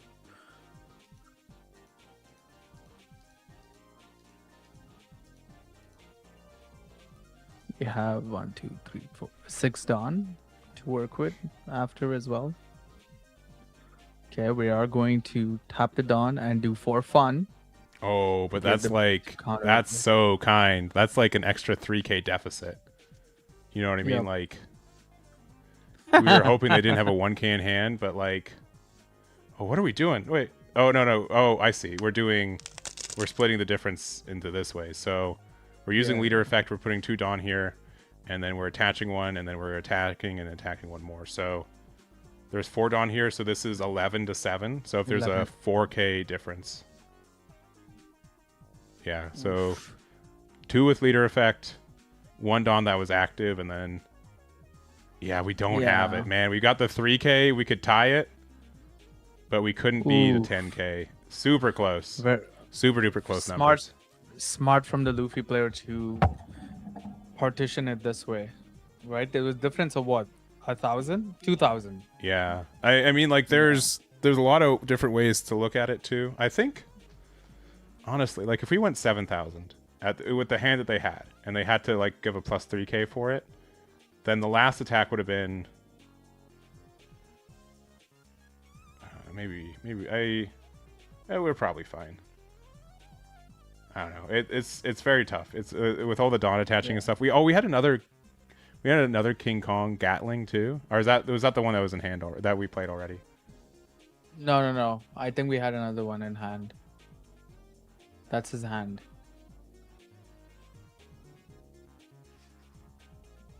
Yeah, that is very tough. Yeah, because we played that for 2, and then we attached 1 from Thousand Sunny, and then 1 more from Luffy attacking, and then using leader effect. Yeah, brutally close. Yeah, I think we should have played the other Gatling though, right? Because like Yes, an additional I plus agree. 4, and then like we get attached to the Dawn again. Like I think once we hit them down to 1, I think the other Gatling was probably just better. Because we go 7K, and then we attach all the Dawn, and then I think we could have been like 15k ish, even with plus 3k. Yeah, I think the Saiya King Kong Gatling was better if we did have it. I agree. So, anyways, that's it for round 3. I think We're there. there's Also, one Taco more game. Taco Cross Bellhop with the subscription. Thank you very much. Do appreciate it. I think you're playing this event too, so thank you for hanging out and being part of this event. I do appreciate that as well. Oh, I could go for some Taco Bell right now. Specifically, U.S. Taco Bell. Yeah. I was gonna say North American Taco Bell. Yeah, I'm sure it has a bit of a different I'm not gonna lie to condition. you. There was actually specifically this time at Gen Con when I was super hungry. Everything was closed, and the Taco Bell was open, Mm-hmm. and they were serving alcohol. Oh yeah, the cantina. Yeah, the Taco Bell. I was cantina, like, yeah. no way are Yeah. they serving alcohol right now. Mhm. And I got like a sandwich and a dirty Mountain Dew Baja. Nice. Best sleep I've ever had. Nice. Also, we do have let's see. We do have 3 undefeated, so this 3? round might be the last round. Okay. This round might be the last round. Yeah. Oh, also, since we're waiting, someone in chat was saying you should try the new UA sim. Have you had a chance to play the new UA sim? I have not. I have heard good things about it. I just don't Yeah. have time to spend on fair. it, which it just that means nothing besides that I'm doing too many things. So No, don't worry.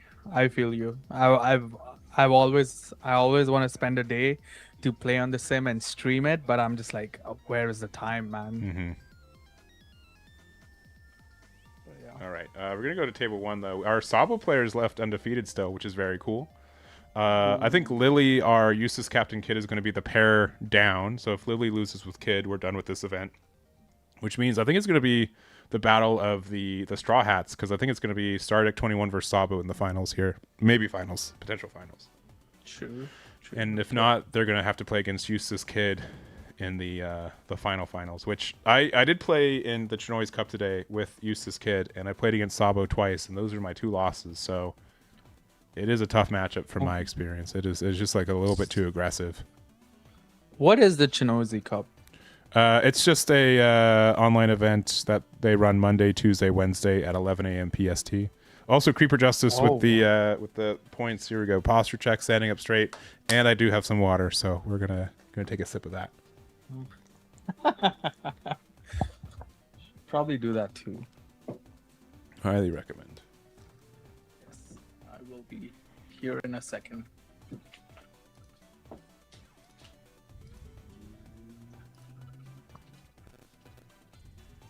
But are you looking forward to coming to Canada? I am for sure.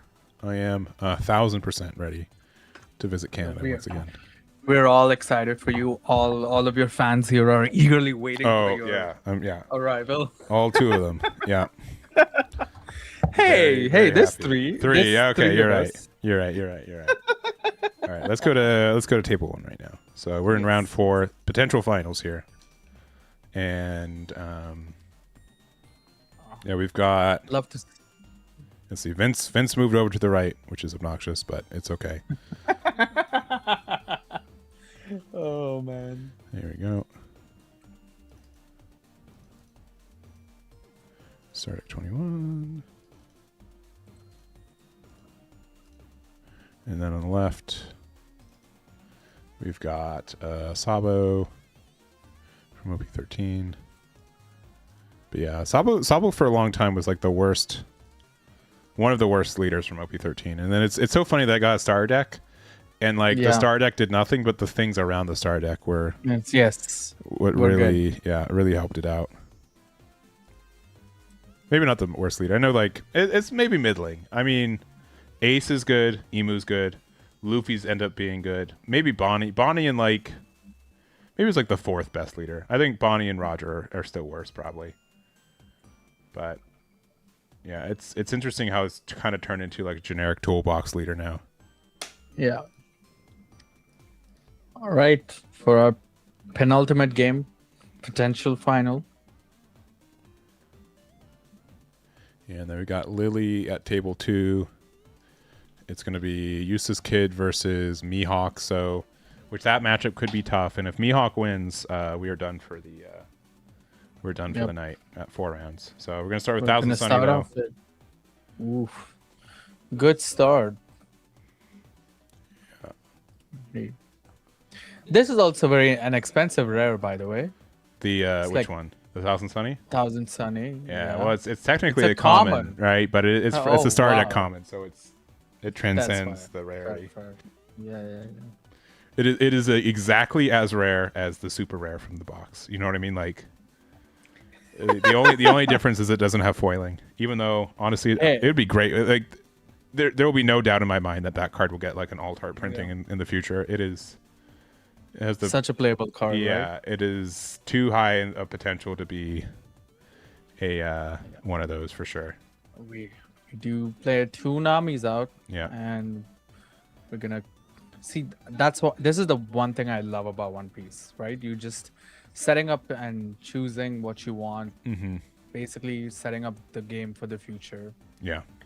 But we're gonna end up taking the Sanji here. It looks like he wasn't too happy about the choice, or maybe kind of wanted to, check what he needed Mm-hmm. there. But we're gonna play out our own Nami here.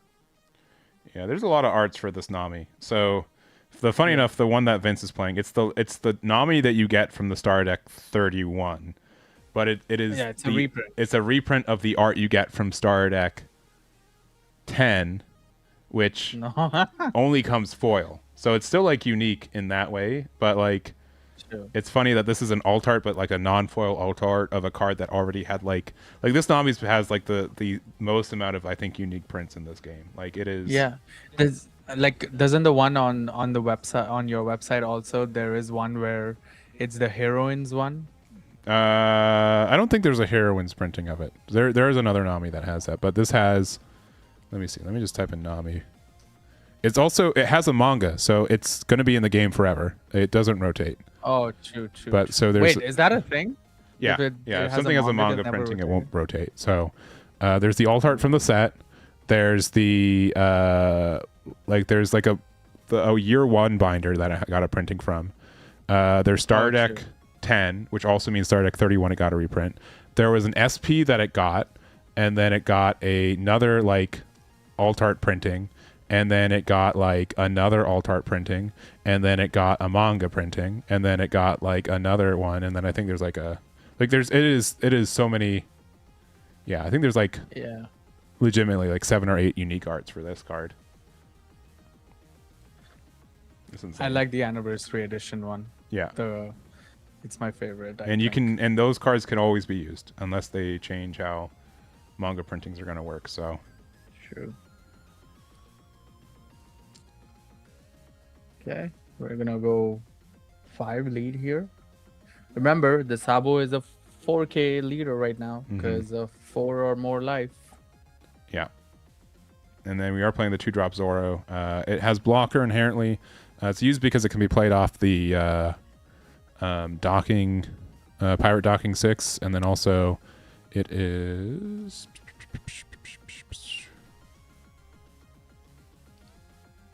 Yeah, if a Straw Hat Crew type character other than this would be removed from the field by your opponent's effect, you can trash this instead. So you can use it as like another protection effect, which is really nice. Now that I think really either of these decks have a lot of removals outside of the Gum Gum Mole pistol and showing another Gum Gum Mole pistol. So knowledge that there's 2 in hand. So we were able to play a 3K out of our hand here, which we're going to play out the 5-drop Sanji, which is going to let us get a draw 1 after attaching a Don to leader. And then with this, we're able to play a 5K Luffy. So we don't have the double combo, but this 5-drop Luffy is still going to be very strong here. And then we can use our leader effect to put 2 Don on the Sanji, which now has Rush. Sanji. Our 4-drop Luffy now has is plus 2K. Again, like just a lot going on. We're going to start though with a 5K know. Rush. Okay, get a 2K out. We're gonna go. He was ready to counter out of that one. Yeah, I know what's going on. We're gonna attack 7K. He's gonna take that, go down to 3 life, so we now are a 5K base leader. And then we're going to attack 7K into 5, and we're just gonna get the Zora block there. Very, very interesting sequence from Sabo. We saw him do this in game 1. The game 1 was definitely, round 1 was definitely a more aggressive one, but this was even, you know, I would say effective as its means. Yeah. Anyways, so very, very strong. Oh, and we have another combo here too. So we're gonna use that Sanji to play out another 4-drop Luffy. Man, we've got so much of this. Showing the same 2. 2 event. Attaching a Dawn. Get rid of this to play out another Sanji. Oh my gosh. Oh my And god. then we got another 5-drop pirate docking. Yeah, there it is. Okay, now finally There it is. we get our leader ability. Put 3 cards into the trash, and then we could get something to be played back, but looks like we're deciding to not to. Because the pirate docking specifically says it mills 3, but you don't have to pick from the 3. You can just choose something from 2 or less from our trash. So if we wanted to get a card draw or a blocker instead of one of these Sanjis, we could have done that. But we have plus 1K on the board, so this is attacking, I believe, 6K. Leader has 2 Dawn and plus 1, so this is attacking 8K into likely their 6K Luffy.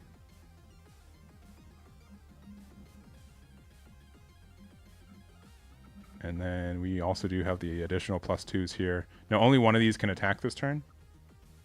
No, neither one. Sorry, we played both of them. We had another one last turn, but we've since rotated out of it. Okay, we're going to our 7 Dawn turn. Yes. Yeah, and the fact that we get to keep the Sanji as like a 4K is also kind of like interesting in like in the pseudo mirror match here too.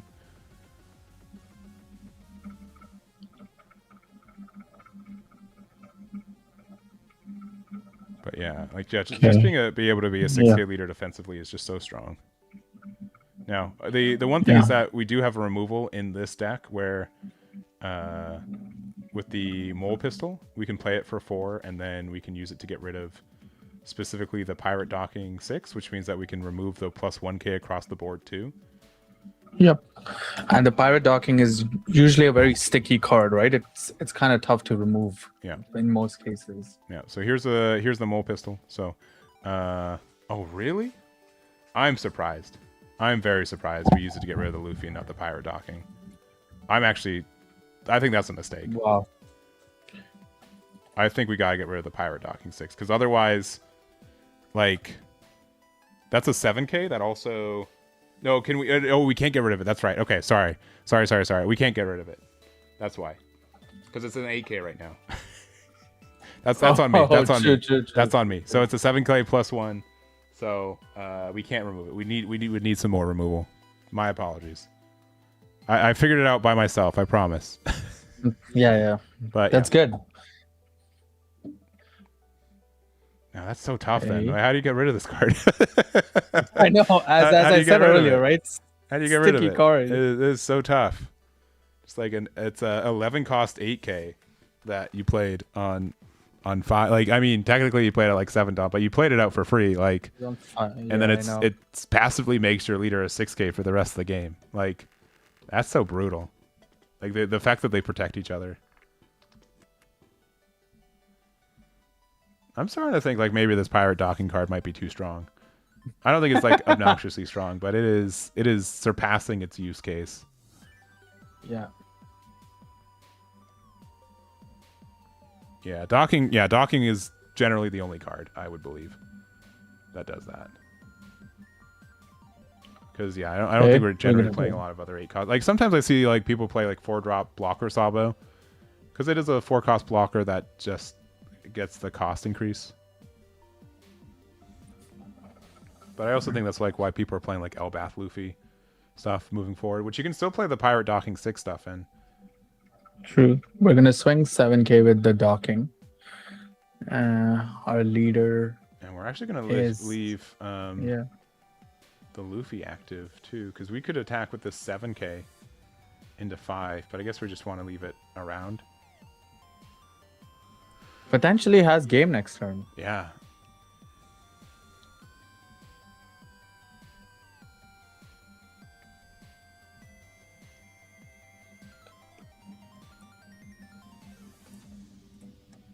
Yeah, we're gonna essentially, I think we're counting the amount of straw hats.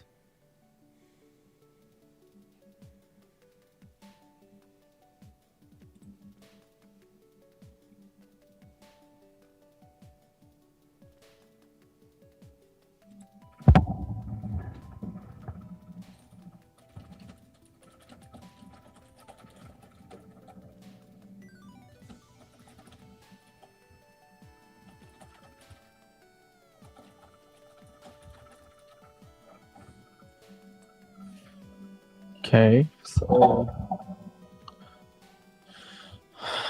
we're gonna grab another 7-cost Luffy there. Yeah. Vampire, we couldn't have KO'd docking. I thought the same thing, but we can't KO it. It's an 8k. So because of the leader effect. So if we did the mole pistol. Yeah. You missed it. I said the exact same thing, and it took me like, I'm like, why didn't they do it? I'm like, oh, because they couldn't have. Yeah. It's tough. The true is so real. Yeah. But But we yeah, we are are swinging. able to pressure it now. Yeah, and there it goes. And there goes the plus 1k across everything.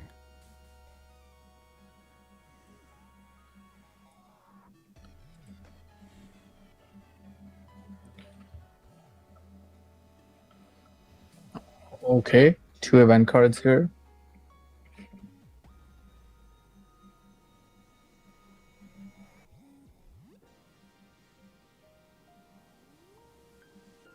We are gonna play out another 1,000 Sunny to search. Let's see what we grab from this one. Ooh, King Kong. That is King Kong, right? I don't want to say it wrong. Yes. Yeah, I think that is King Kong. The Gatling, right? Yes. Gum Gum King Kong Gatlin.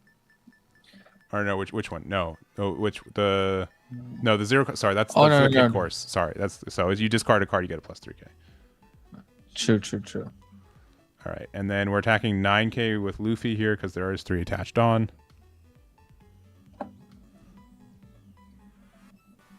And then we're passing here, but we've got 2 life for Luffy here. We only got 1 card on the board. I mean, if we have our own 7-cost Luffy, that should be good enough. Yeah. Or another 5-cost.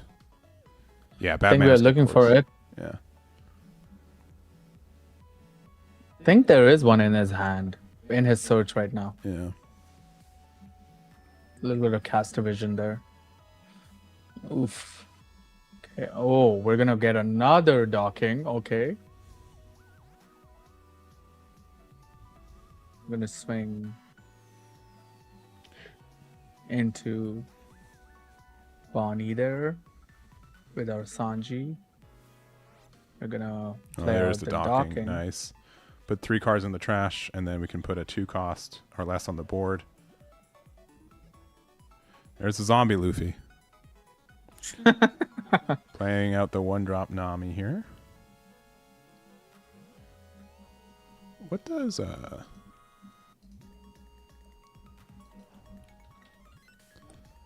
8 cost? It plays out just a character at the cost of 2. That's broken. Sorry, I'm thinking about like the new 8-cost Luffy, and I'm like, man, you can just true. you can play like 2-cost Chain. Brook, and then you can use it to play out to put Dawn on your leader. Man, I might have to look into like Elbath Luffy or Elbath Sabo. It seems really interesting as a concept. So you mean El Sabo? Yeah. No, it doesn't work. I was gonna say No, yeah, I appreciate. I know what you're going for. I appreciate the try. Like honestly, like maybe you don't even need to run like that much. Like you just need to put the 8-cost Luffy on top, and then like you're kind of okay.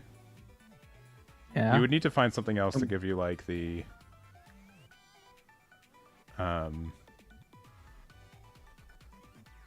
effect, but like,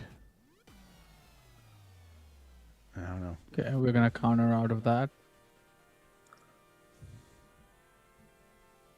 It's good. I never doubted it. All right, I promise.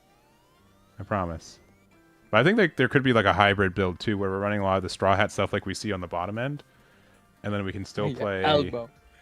like even No, just it's 8-drop El Luffy, Babo. 8-cost Luffy just being able to fulfill the effect of Sabo by itself.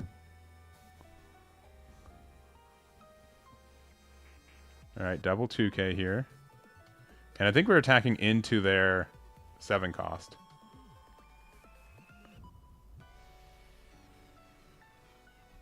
Elbow, Okay. dang. Yeah, see, this is the what we run into when we make these fan names. We're gonna find these unfun names.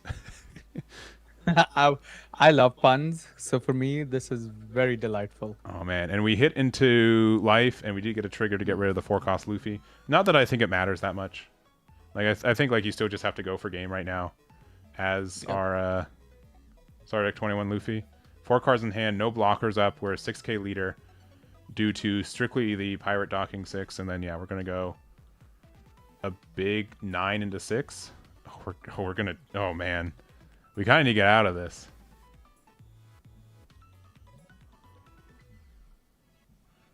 This is tough.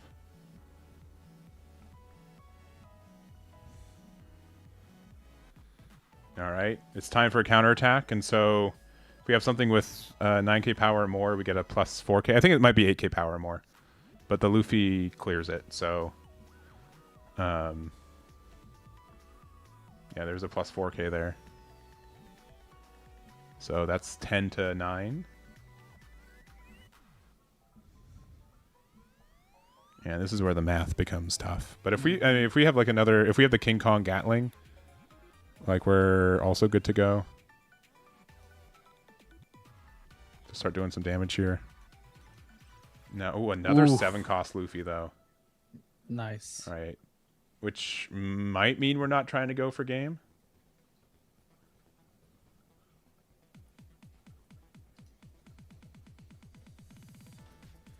All right, yeah, only 4 cards and. Okay, so it's minus 4k total because it's got a plus 1k from Sabo, so it's currently at a 5k. Yes, there's so many. Welcome to the One Piece card game where the printed numbers mean nothing. You just have to be like, well, it has a plus 3,000, then a minus 1,000, and then like there's just so much manipulation with numbers right now. Like that pirate docking 6 is neither a 5k or 5-drop or 7k right now. All right, so it looks like we're attacking as big as we can go here. So I think we have 3 Dawn attached right now, maybe 4. This is a 10k to 6, and then we can go 11k with our Luffy. And then, yeah, attaching to 11k with Luffy, and 11 to 6, can we get out of it? 0 cost with there, so we're at 9k, and then do we have another 0 cost? 2k and 1k, and I think that's enough. We're at 12k to 11, and yeah, I think we're good to go. Yeah, and the 0 cost was last card in life, so which is what the only thing that would have saved us, because it offered a plus 3,000, because it turned our non-counter into a 0 cost. Let me just double check on numbers real quick. I got needed that extra boost.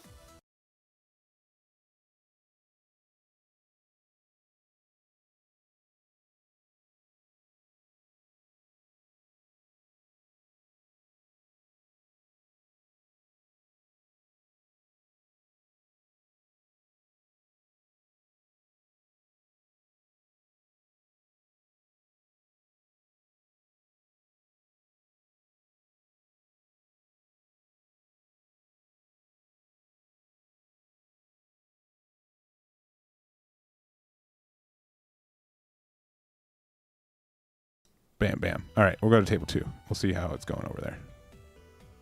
If Eustace Kid wins, then we're done. Then we got one more round, which... Boy, okay, sorry. Just have to unpack literally everything that's going on right now. It Mm. looks like Kid's like in an okay spot. I'm gonna be honest. Yeah, yeah. Oh, that was. Let's see. Let's see. Okay, while Hayden changes over, and I change over to table 2. Yeah, definitely looking like we might be going into one more round here. You know, Lily does have Teach out, Verona out. Yeah, but they do have the 7-drop Shanks, which can be tough on the other side. They're attacked into life. We took the Teach to hand here. But yeah, that Shanks offering a minus 1k across the board on the defense side is tough. Going down to 1 life. We got the Dragon Twister, which offers a draw 2, discard 1, which can help our hand. Yeah, I don't think necessarily Mihawk's winning this turn, but it's going to be difficult to, yeah, because we got another Law Beppo. And another Law Beppo. Honestly, that 7-cost Shanks is so tough for us to deal with. It's been very interesting to see it come back into rotation after really leaving the deck for like the last 6 months.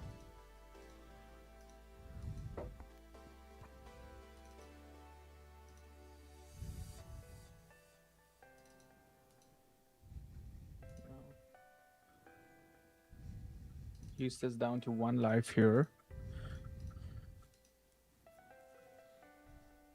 I think we're just going 5 into lead.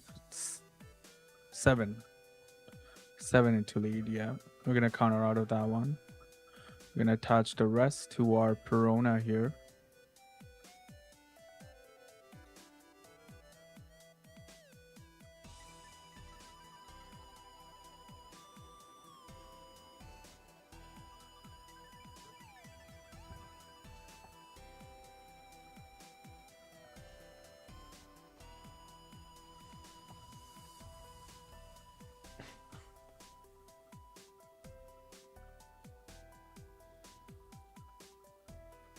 All right.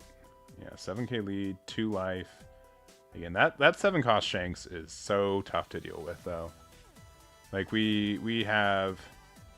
There's, like, 1 card that can deal with it. Like, we need to have, like, the Kingdom Come, and then we'd also have to have a, like, a 4-drop killer, I think. I think that'd have to be the 2-card combo we'd need. Because everything has a minus 1k thanks to Shanks. The Mihawk's a 7k leader, and so... Like, all of our cards, like, are doing nothing right now. It's very tough to interact with.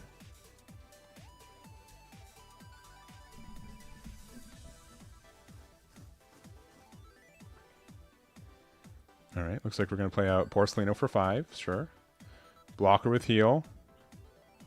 For 4, playing out... Yep, killer here. And then, yeah, there's no reason to attack with anything. So... I guess we're going to get rid of Perona, sure.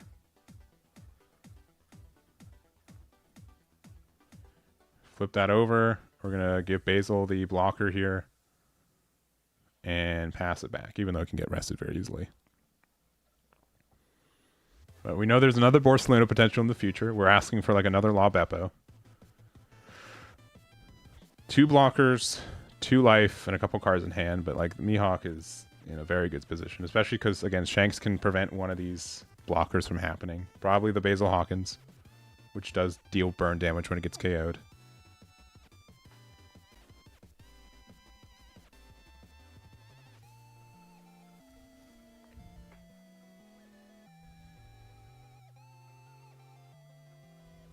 Alright, for 1. Yeah, okay, Dead Man's Game. Alright. Blocker and probably one of the Dawn. All right. I mean, you know, the Dawn, just in case something comes up, I don't think it makes a big difference, though. Most useless Captain Kids aren't playing. Like, maybe an Elthor. I don't think Elthor saves you, though. Here we stand our 4 down there. Does the site make you restand 4? 3. It's 3 Dawn. Yeah. 3? But we paid 4 for the Dead Man's Game. Oh, true. 7 with the Mihawk here to get a draw 1, discard 1. Again, we're at 2 life. Yeah, we don't need the You Can Be My Samurai. 2k, 1k to get out of it. The killer that's active doesn't have blocker either. Attacking with Shang's going to rest the killer anyways. Take the life. Going down to 1. 11. Taking it. And then, I mean, we've got like a million Dawn right now. So, like, this is like 20k. Yeah.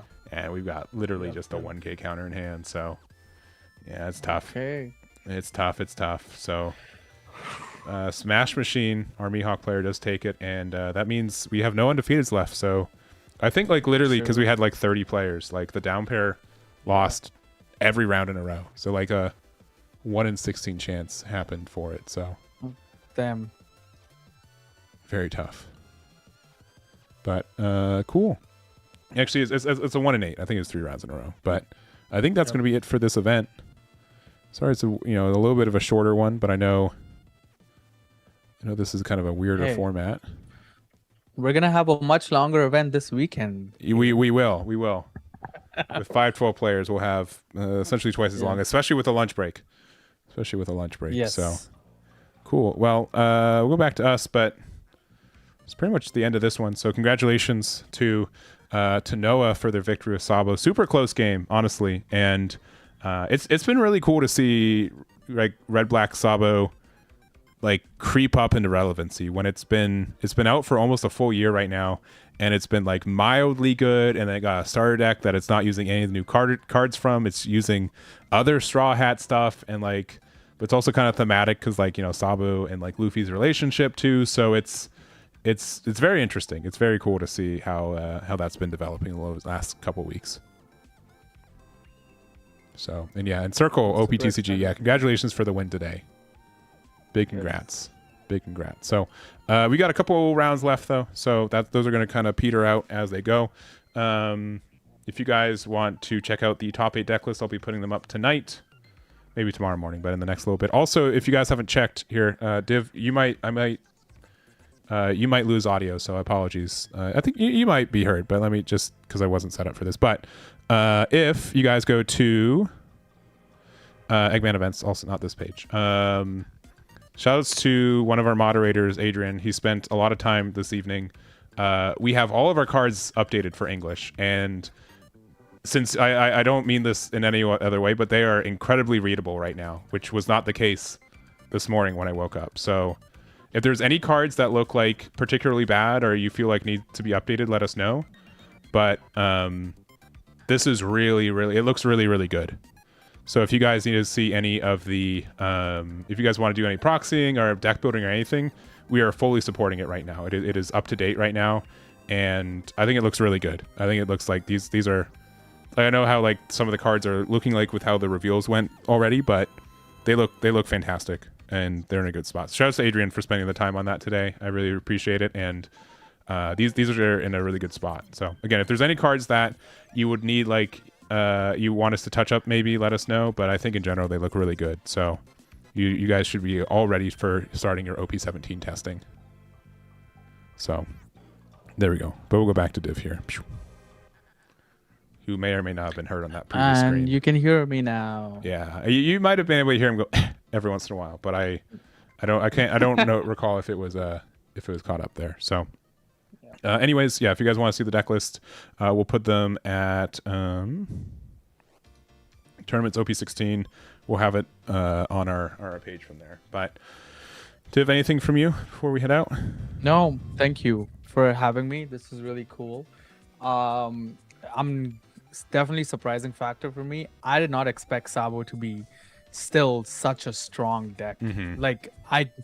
I played a lot of it, and I've recently been playing a lot of One Piece, and I haven't seen a lot of Sabos in my local areas and stuff. Mm-hmm, mm-hmm. So I haven't definitely seen how strong it can be, and I was definitely surprised. Yeah, I think it's a deck that's like just in a weirdly good spot right now. And so, and for 4 rounds, I think you can be pretty consistent with it too. So, when we're in Toronto or in Calgary this weekend, we'll have to see the difference between 4 rounds and 9 rounds. But it's definitely surprised me with how good it's been lately, and we've been seeing it pop up. I don't think it did it. I'm actually surprised based on it. It did not get a top 32 at Oklahoma City. The more and more I see of it, I kind of expect to see more people kind of using the straw hat Luffy stuff, because it does seem pretty viable, all things considered. So Yes. yeah, and I know it's Even been at Gen Con, I don't think it was in the top 32. no, and that Yeah. was before the Star Deck came out. So Gen Con was like yeah, the last that one. was before. Yeah, that's true. That's true. But and then we'll have like this week's Chinoise Cups added to the site, and then yeah. which should be actually I think we added already. We're just doing top 4 this week because we're pretty much at the end. I think we're pretty much at the end. So there's a sugar that got top 8 yesterday. Interesting. In a OP09 black martial teach. Weird. All right. Anyways, that's going to be it for this one. Thank you guys so much for hanging out. Do appreciate it. We'll be back Thursday. I'll be back Thursday morning with a OP17 big testing session. So that should be a lot of fun. And then if you guys are going to be in Calgary this weekend, let me know. Especially if I owe you pricing, I can hand deliver it to you guys, which is much preferred than shipping. But if you need me to ship it, we can do that too. But that's going to be it for this one. Thank you guys so much for watching.